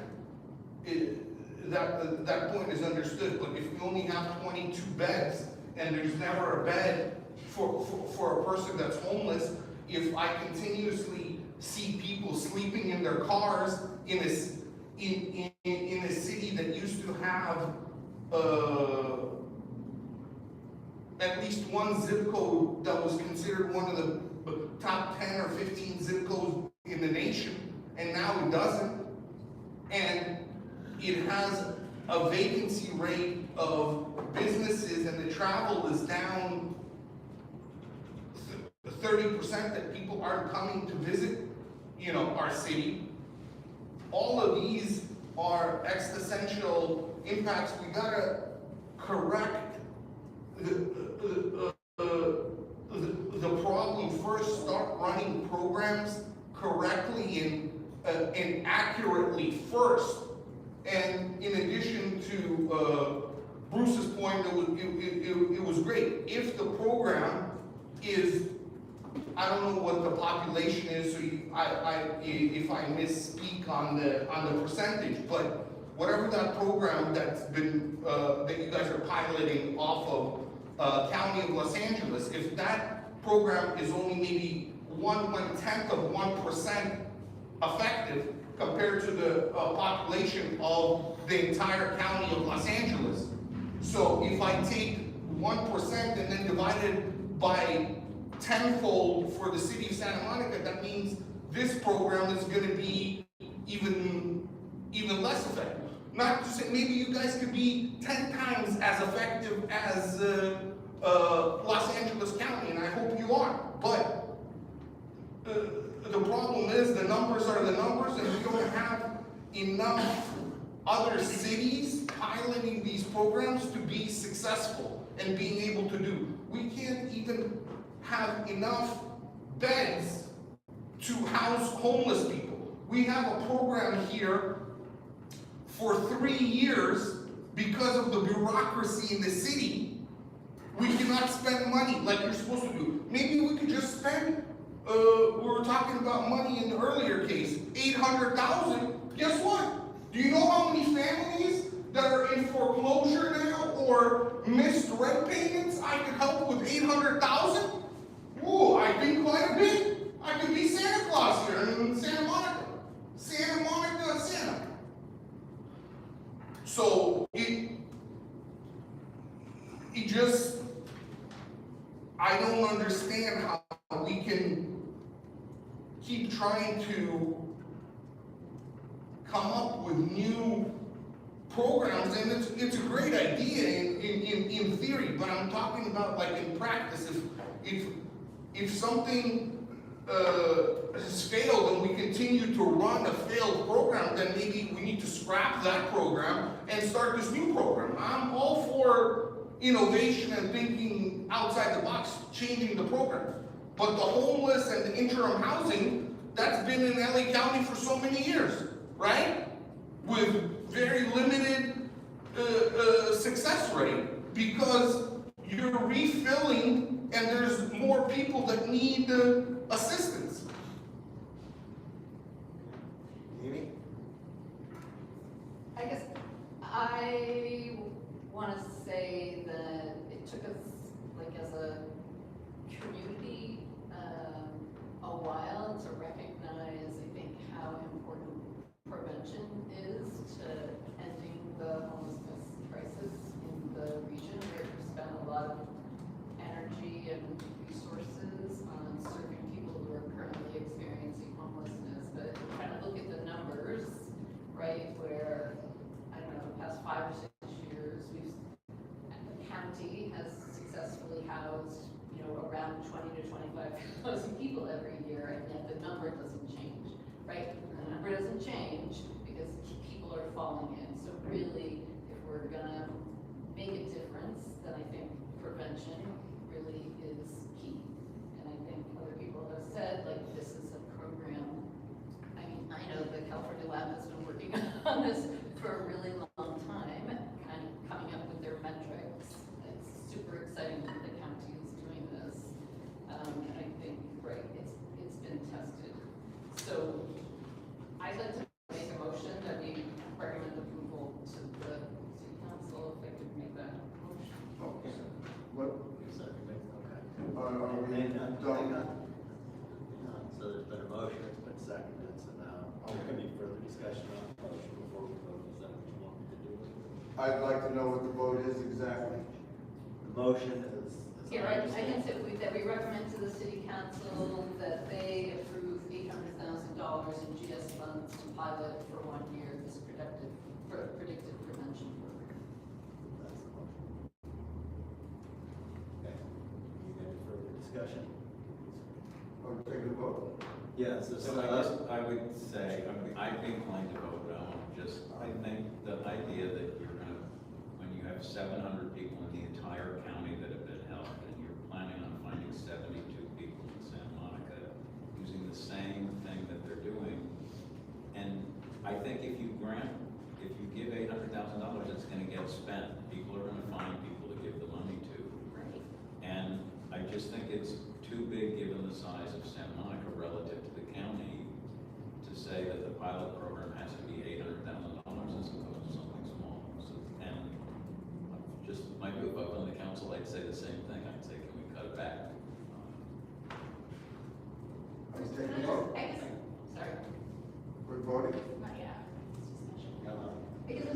seconded.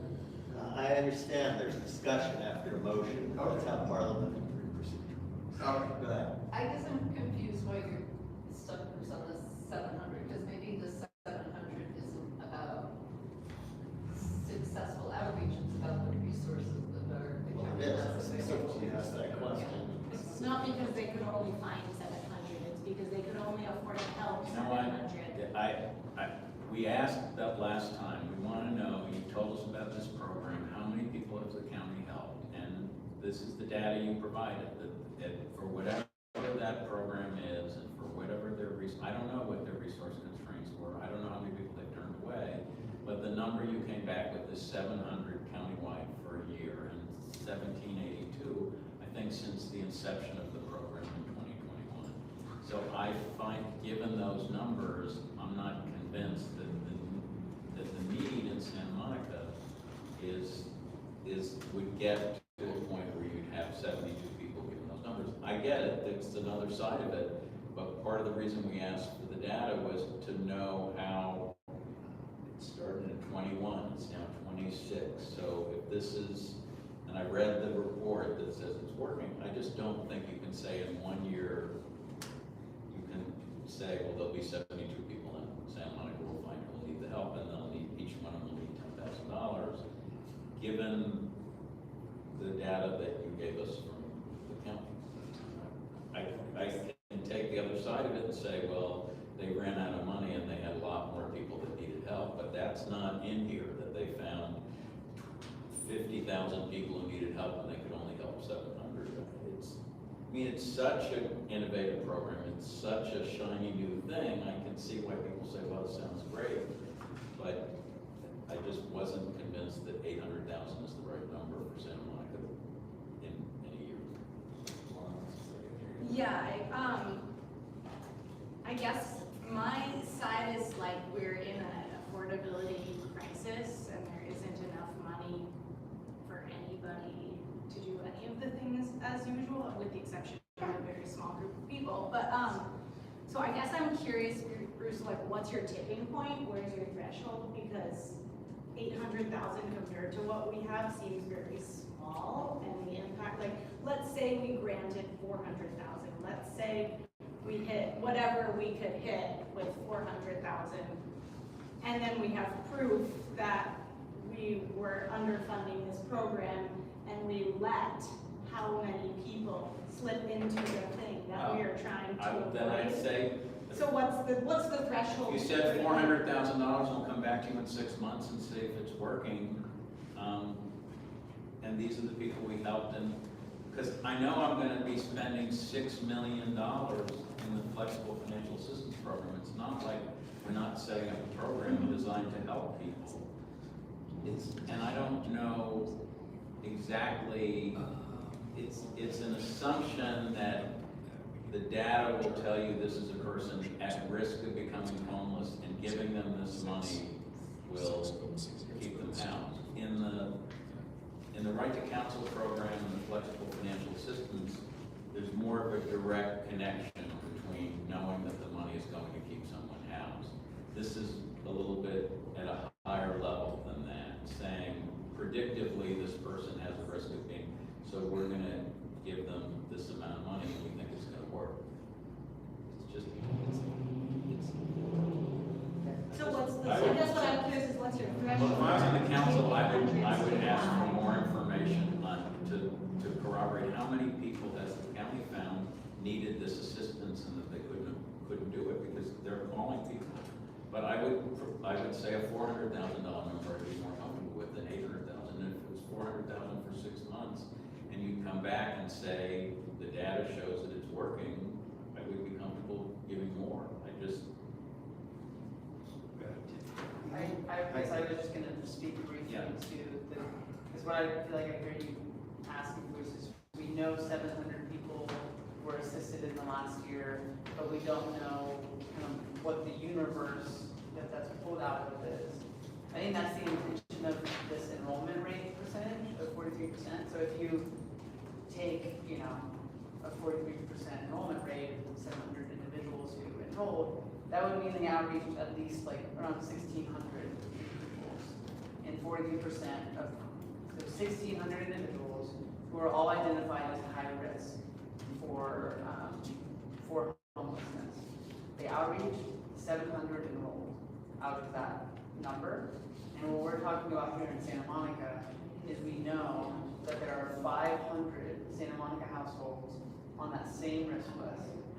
And so if we're applying the 43% generally enrollment rate, that should more than exceed the 72. That's kind of like the math that we were doing in terms of. The 502 number for Santa Monica, what was the number for LA County?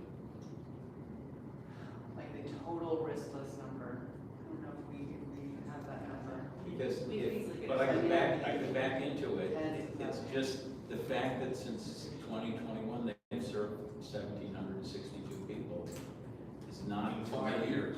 In 5 years and 700 a year, right? It's not something that says, wow, this is the world's greatest program. Well, what And we can assume, because they tell us it's 502, that the number, look, I'm expressing my views. Yeah, no, Everyone, I'm other sure. people have different views. I'm not trying to persuade. I'm just saying one of the reasons this committee exists is this is the first time we've been asked to do this, which is Yeah. approve something that goes to the council.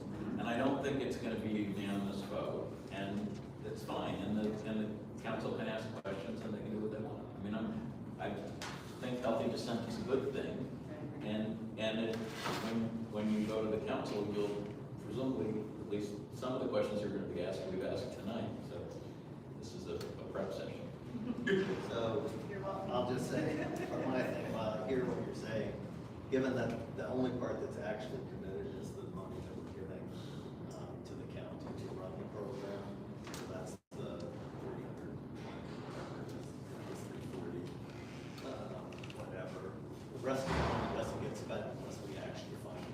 So it's self-regulating amount, we're not actually getting $800,000. If there aren't 72 people, then they're not gonna get it, because the amount per household is that.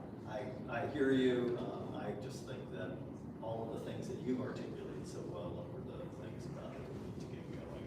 I don't wanna have to come back here in 6 months and go through more things, go back to city council and get it scheduled on their thing. Whatever, let's try a year, so let's just, what my vote's going to be. Wait, and then let's vote. I would also vote no on it, and I think there are programs that need funding right here in Santa Monica. Why take a program that you don't know works? Why not publicize, advertise the Santa Monica Housing Authority and give them more needed money or whatever they need to get things done right here in Santa Monica, and advertise and let people know about the things that they can offer people, instead of this new program that obviously hasn't worked so great. And there are a lot of things that need to work better in the housing authority and the different housing things right here. And by doing a program like this, that the county will take the lead in, right? That's the idea. It's another way of Santa Monica putting its responsibilities on some other, either contract with some nonprofit organization or something. They need to step up and take more responsibility for the programs that they have and run them well. And I sure would like somebody to talk about this deal that Santa Monica is making with the city of Bell and pushing the chairs over there. Okay, I think everybody has expressed their opinion ad nauseam. So all in favor, is this a roll call vote or? Let's do a voice vote. No, voice vote, it's gonna be 4-3, so I think we need a better way of, or maybe it's gonna. I'm sorry, let's do, that's what I intended, roll call, I'm sorry. Voice vote. I'm not gonna go down the line. Okay, you have 2 choices. Go ahead. Okay, Member Anderson. Whoever's loudest. Yes. Okay, Member Bertler is not present. Member Buchanan is not present. Member Goldsman. No. Member Jeter Prakash is not present. Member Kelly. No. Member Ramsey. Yes. Member Shadur Khan. Yes. Vice Chair Wessel. No. And Chair Soloff. Yes. All right, let's count them up. 1, 2. I think it's 4-3.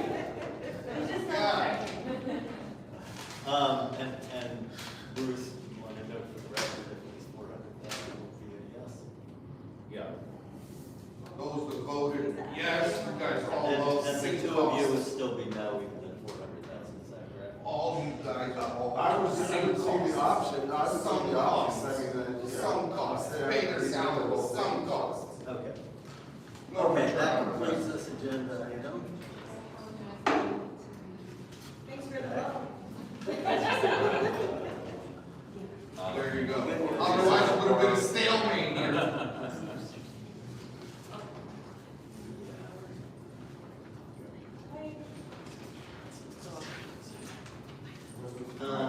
Okay, where is it? Let's find the right piece of paper. The actual agenda. Yes, okay, so we're on agenda item 13, but let's do some agenda management here before we go any further. I do know that we definitely want to do 13F. I think 13A, we can table, the request of that one was that Tara Rosnes would return to the agenda, so let's just wait. We haven't heard from her. You did, but it was late. It wasn't time for the things. Okay. Subcommittees, do you think we should report on what we did, or is that pass for tonight? I think I can pass for tonight. Okay. So as far as I'm concerned, I'd be fine if we just do 13F, which is planning our agenda for the next meeting, but are there other things on here that anybody wants to, we should cover before tonight? I mean, tonight, because I just want to. This is, right now, we're just planning the rest of our meeting tonight. We put all of these items always at 13, so we always have the ability to speak about them, because if we don't, then the Brown Act would prevent us from speaking about them, because we have to at every meeting. So, we definitely want to talk about 13 now, because I know Dave wants to speak to the future agenda item. Like they want us to include future agenda item as location. Sam may have something about that too. But is there anything else on here that anyone feels we need to cover tonight? Okay, so nobody objects. So with that, we're going to table at this meeting 13A through E, and we're going to move to 13F, which is discussion of possible action on future agenda planning. And it says here in the subcommittee member Shapiro Klein item. So why don't you tell us what that is, and then we'll go to David's item, and then anybody else. Sam, I think this had to do with the housing retention program. Yeah, that's right. So there was an item in Oliver G's weekly city manager report, which goes to our emails talking about what's called the housing retention program, which provides support to residents who have recently exited homelessness. It's a little bit different than like the PPP program. Anyways, I was curious if that would, I would request that be something we talk about a little bit with staff, and whether, I don't know, that's a program we might want to consider GS money's work. Expanding. So you mean for expanding? Yeah. That would be up for the health or committee to decide who all in and it. If we just note of the Measure GS language does prohibit us of switching funds on it. I think Sam needs, he like, it's all you're correct, that this is an agenda item for us to discuss what people here want from the agenda. Question, so that's why I said expanding the program, right? We're not replacing the existing one, it'd be whether there's a need to expand the program and what it is. So I think that's what the program is, and is there an opportunity to do some good by expanding? I think for a way to look at you, be interested in hearing about that. Yeah, I'd like to learn more about the program, if there's interest. And so the question is, before we talk about whether we want to spend the time, right, is that something that could be done? Allison left, but T, you're gonna be ordering the Allison Yeah. right now. Is that something that you all do? It might be another program that I oversee. So maybe. You're loving spending the first Monday of every, He's enjoying these meetings. So what we could do, if you all are aligned with it, is, before the chair and the vice chair, we have our agenda set meeting, I could connect with Allison and T on, if there'd be materials on the expansion of that housing retention, and if there's any other programs that could potentially loop into that as well. It doesn't have to be urgent, right? It doesn't have to be the next meeting, maybe the next time you're intending to be here. But, Yeah. you know. Yeah, I So- feel like I can start saying something. Yeah, okay, so I guess, I guess what I'd say about it is,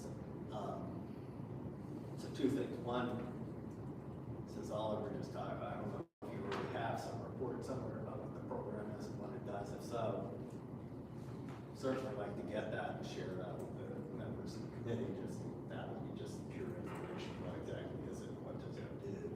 And then I think I'm hearing what you're saying about if this is something that staff thinks at some point you might be interested in expanding, then we should do it on the agenda. If not, unless we don't have things that are directly to spend the money, I think we should prioritize the things that we can spend the money on first. Yeah. So, Yeah, what we can do then is we'll internally talk, when, if there is a need for an expansion or a demand, or if there's any other programs, we can include those part of our agenda.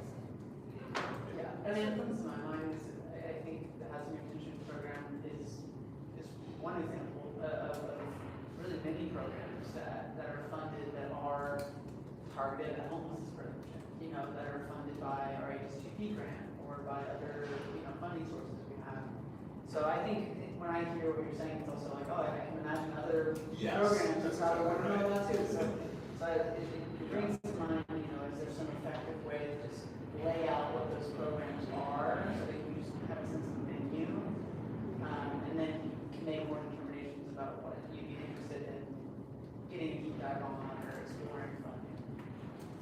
That would be great. That was literally what I was going to ask. That follow-up question is, it feels like there's, when I got this email, it's like, it just feels like we're reviewing individual programs and bumping into other programs that sound similar. And having read this a little bit more closely, I realize that it is different, but to the extent that we can lay it out a little bit more, would be valuable. I just want to say at our last meeting, I thought I heard say in response to something we asked, that we would be willing to make a presentation of sort of how what we've been doing here fits into the overall program thing. So if that's what we're talking about, I think that would be something that I thought we were talking about, trying to agendize it and make it to this thing, but I think would be useful for exactly the point that the two of you are making. It doesn't make any sense to do things without understanding the entire direction. Yeah, I think we've been understandably honed in on these Measure BS programs, but there's kind of a whole suite of different prevention programs that are funded. So I think, providing that bigger picture is a great idea.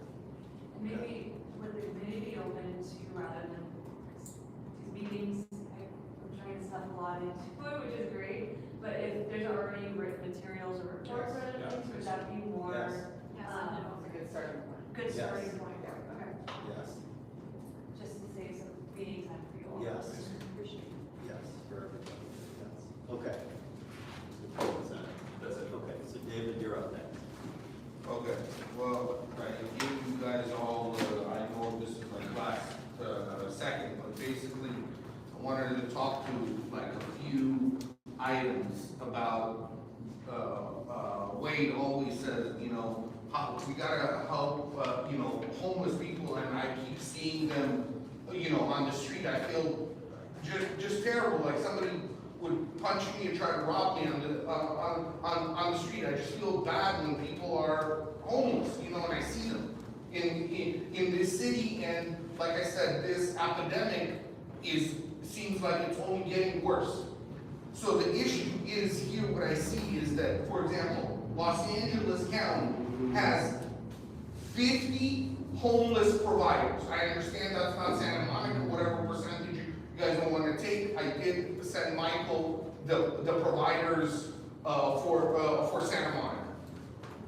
All of them, I mean, it seems like embarrassing.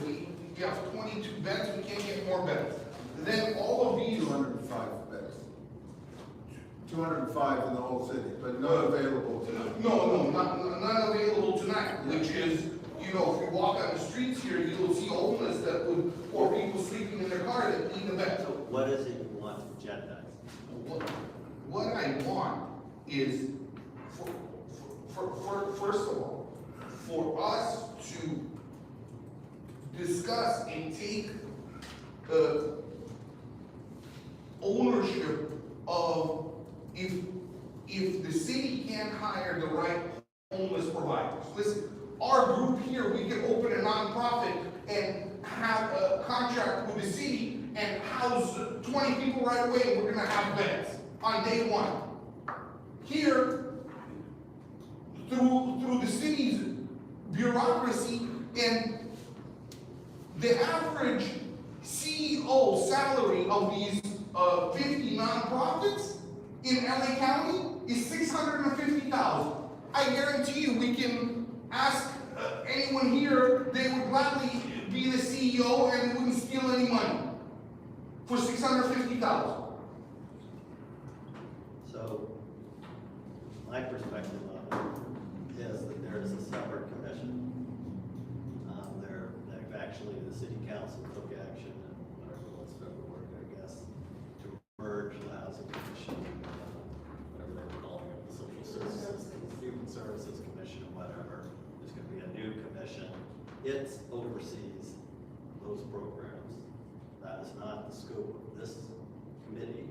And people who want to oversee the homelessness programs should join that committee and apply for it. But our mandate, hang on, our mandate, both as stated in the law itself and under the mission statement that was put together, is not that. It's about spending this money, spending it effectively, communicating with the public, and the statement in front of me, but whatever. So unless it can be brought within that, I don't believe it's within the scope of this committee. That's my view. Oh, okay, now I will respond to your point. It is within the scope of this committee, and I will explain to you how it is within the scope of this committee. Remember, the funding is in different buckets. One of the buckets is homeless services, or whether we're giving them, Not this committee. Not the GS funding. It's only, that is not. Homeless prevention services, what? he's saying that homeless, If you're already homeless, the money here doesn't go to your programs. The only thing. Well, that- building excuse me, affordable housing, because- Right, if there's, we can create affordable housing that's permanent supportive housing, or even not permanent supportive, for people who don't need that, that is within the scope, but the programs that are delivering services, those folks, like, are not within what we fund, and therefore not within the scope of this. yes, this, okay. Maybe I didn't phrase it correctly. The ones that are providing services, I'm not trying to provide services. I'm trying to provide them, shelter, which is different than services. Those two things are not the same. They could be the same, but they're not the same. Essentially, providing someone shelter or a bed is not providing all of those additional services that all those people provide. So, do you understand that? But it sounded like what you wanted to talk about is all those programs that are already happening, and not about creating a new shelter or something. No, but one of the ways to solve the challenge here is to create a new shelter. If you create a new shelter, if you open a new building, whatever you lease the building. Fund building a new shelter, is that? What? Is that what you want to agendize, whether we should fund building a new shelter? Either, fund building a new shelter, or building something new from the ground up is kind of difficult. I think we should look at either building or whatever is most cost effective and whatever is better. Building either interim to permanent low-income housing and a shelter. Okay. So. So what you'd like to agendize is what, creation of new housing for people who are currently homeless might spend money on. Correct. I don't see that in this list here of 6 things that you handed out. No, No, that's fine, I'm just explaining why I said what I said before. No, That's what I you want to understand. agendize. That's something different, Oh, and that would okay. be within the scope Oh, of this okay. committee. We would have to at some point wrestle with exactly what That- the creation of a new, Create a new affordable shelter, living create means, new but- housing, not, the Okay. shelter obviously, once, even, let's say this committee magically Okay. agrees to give. So, and what do you want in, when we put this agenda item on, what's gonna be presented to us by whom and what are we gonna do? Well, we have to discuss whether all of the committee members would agree to open and fund a shelter. Now, funding a shelter, like you said, that is just the housing aspect of it. That doesn't mean the day-to-day operations of the shelter, which doesn't go into the scope of this committee. This is just the shelter. Like literally shelter. So are we calling an end to this meeting? I think we should. Whoever needs, You have to. whoever needs to go will go. Let's just- I'm prepared to finish listening. Sorry. The reality is, You're- the agenda gets Yeah, set good by, night. Right. the agenda gets set by us with this, with that. I know, We had a but we don't meeting. have a quorum anymore. No, but we'll put it on the agenda for the next meeting. Well, let's hear Okay. what exactly we're putting on the agenda. Okay, so that is, that is one item I would like, to put, on the agenda, is to. Creating more shelter beds. That's what Correct. you wanna do? Correct, creating more shelter. The other thing is, I would It like, raises a technical question, but we can discuss that in the context of an agenda. item. okay, whatever questions you come up with, if you, give me the questions, I will So is try to there, provide has the you city, answers. has the staff been looking at the cost of whether we need more shelter beds and where and all that? Yeah, city is looking into it. Who has it? The city attorney's office. City attorney's office. Yeah, but I have to follow up with them. But I think we should agendize it, and that could be something at the next meeting we ask the staff to do. We don't have to do that right now. No, I just wanted to She wants to understand, discuss it. I just wanted some information about what, because just a meeting where we're all gonna vet, that I wanna know if there's something concrete that we can data as everybody talks about, so that's why I was just trying to understand if it was worth something. Okay. In the city. Okay, so we're hearing David. Are we Wait, allowed what to is it? have to continue the meeting with only 4 people? I Is that- believe the quorum requirement is to start a meeting, you can continue, we couldn't pass anything because there are only. But we're on an item where we're just talking about what we want people on the committee would like to see on the next agenda, so there's nothing unlawful about continuing to And discuss David that. was on the last point as well. Right? David was on his last point as well, so I think we can wrap it, right? Is that your understanding? Well, I was going to. Yes, Wade wanted to say something. so- Right, go ahead, David. Oh, you had more. Okay. Yeah, my last point, what I wanted to make was also that, Natalie had said that, we were getting these, reports once a quarter, and I was wondering if we can get reports once every meeting, to have a report, but only every meeting if we have new updated data. So if there is no data, like for the last 2 months, there were no, my understanding was There was no sales in January. So I would there in want, January, but there was no, how about February? I hear you. Why don't we discuss that in the context? Next month, we're finally going to see one of these quarterly reports, yes? Saw it in January, but yeah, in April, you'll see one. Unfortunately, I'm So, not even. Remember, we made marks on the report. Right, but we've never yet seen one, so we're going to finally see one at the next meeting, and I think in that context, of that agenda item, you'd be absolutely in the agenda to say we'd like to see this, what you just said. I don't think we have that as a separate agenda. That's all I'm saying. It will come up at the next meeting. Okay. So your point will be within bounds at the next meeting. Oh, Okay. thank you. Great. Thank you. So, do we have any news about this, the city sending the shelter beds to Bell? Do we have any say in it? No. Huh? No.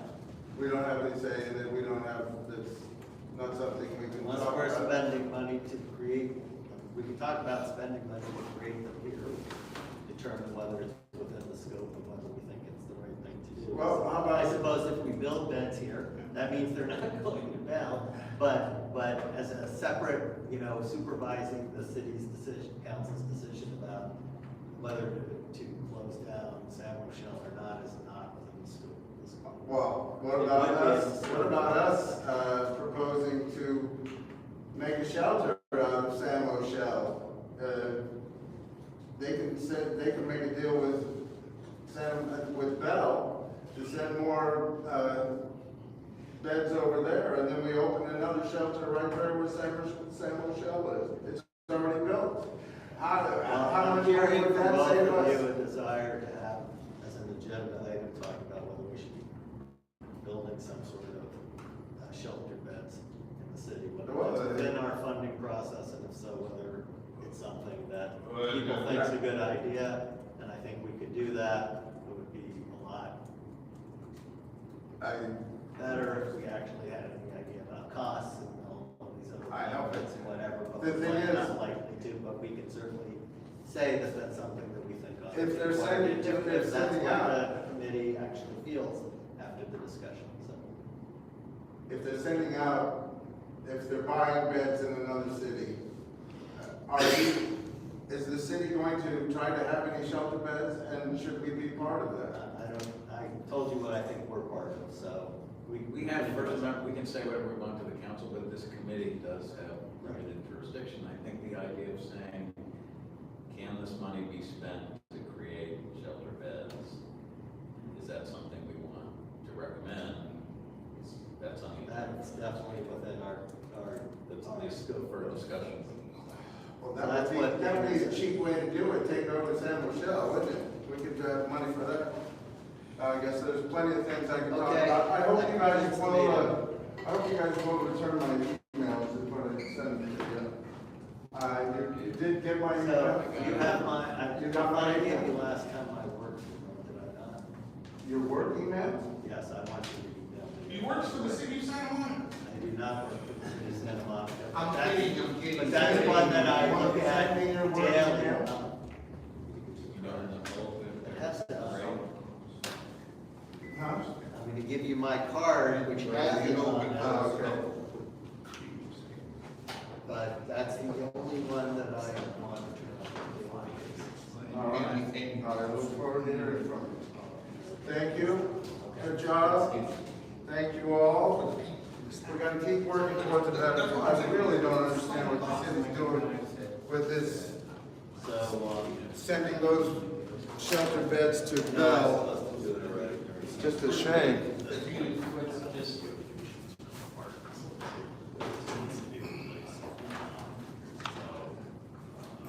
But I understood what this weird thing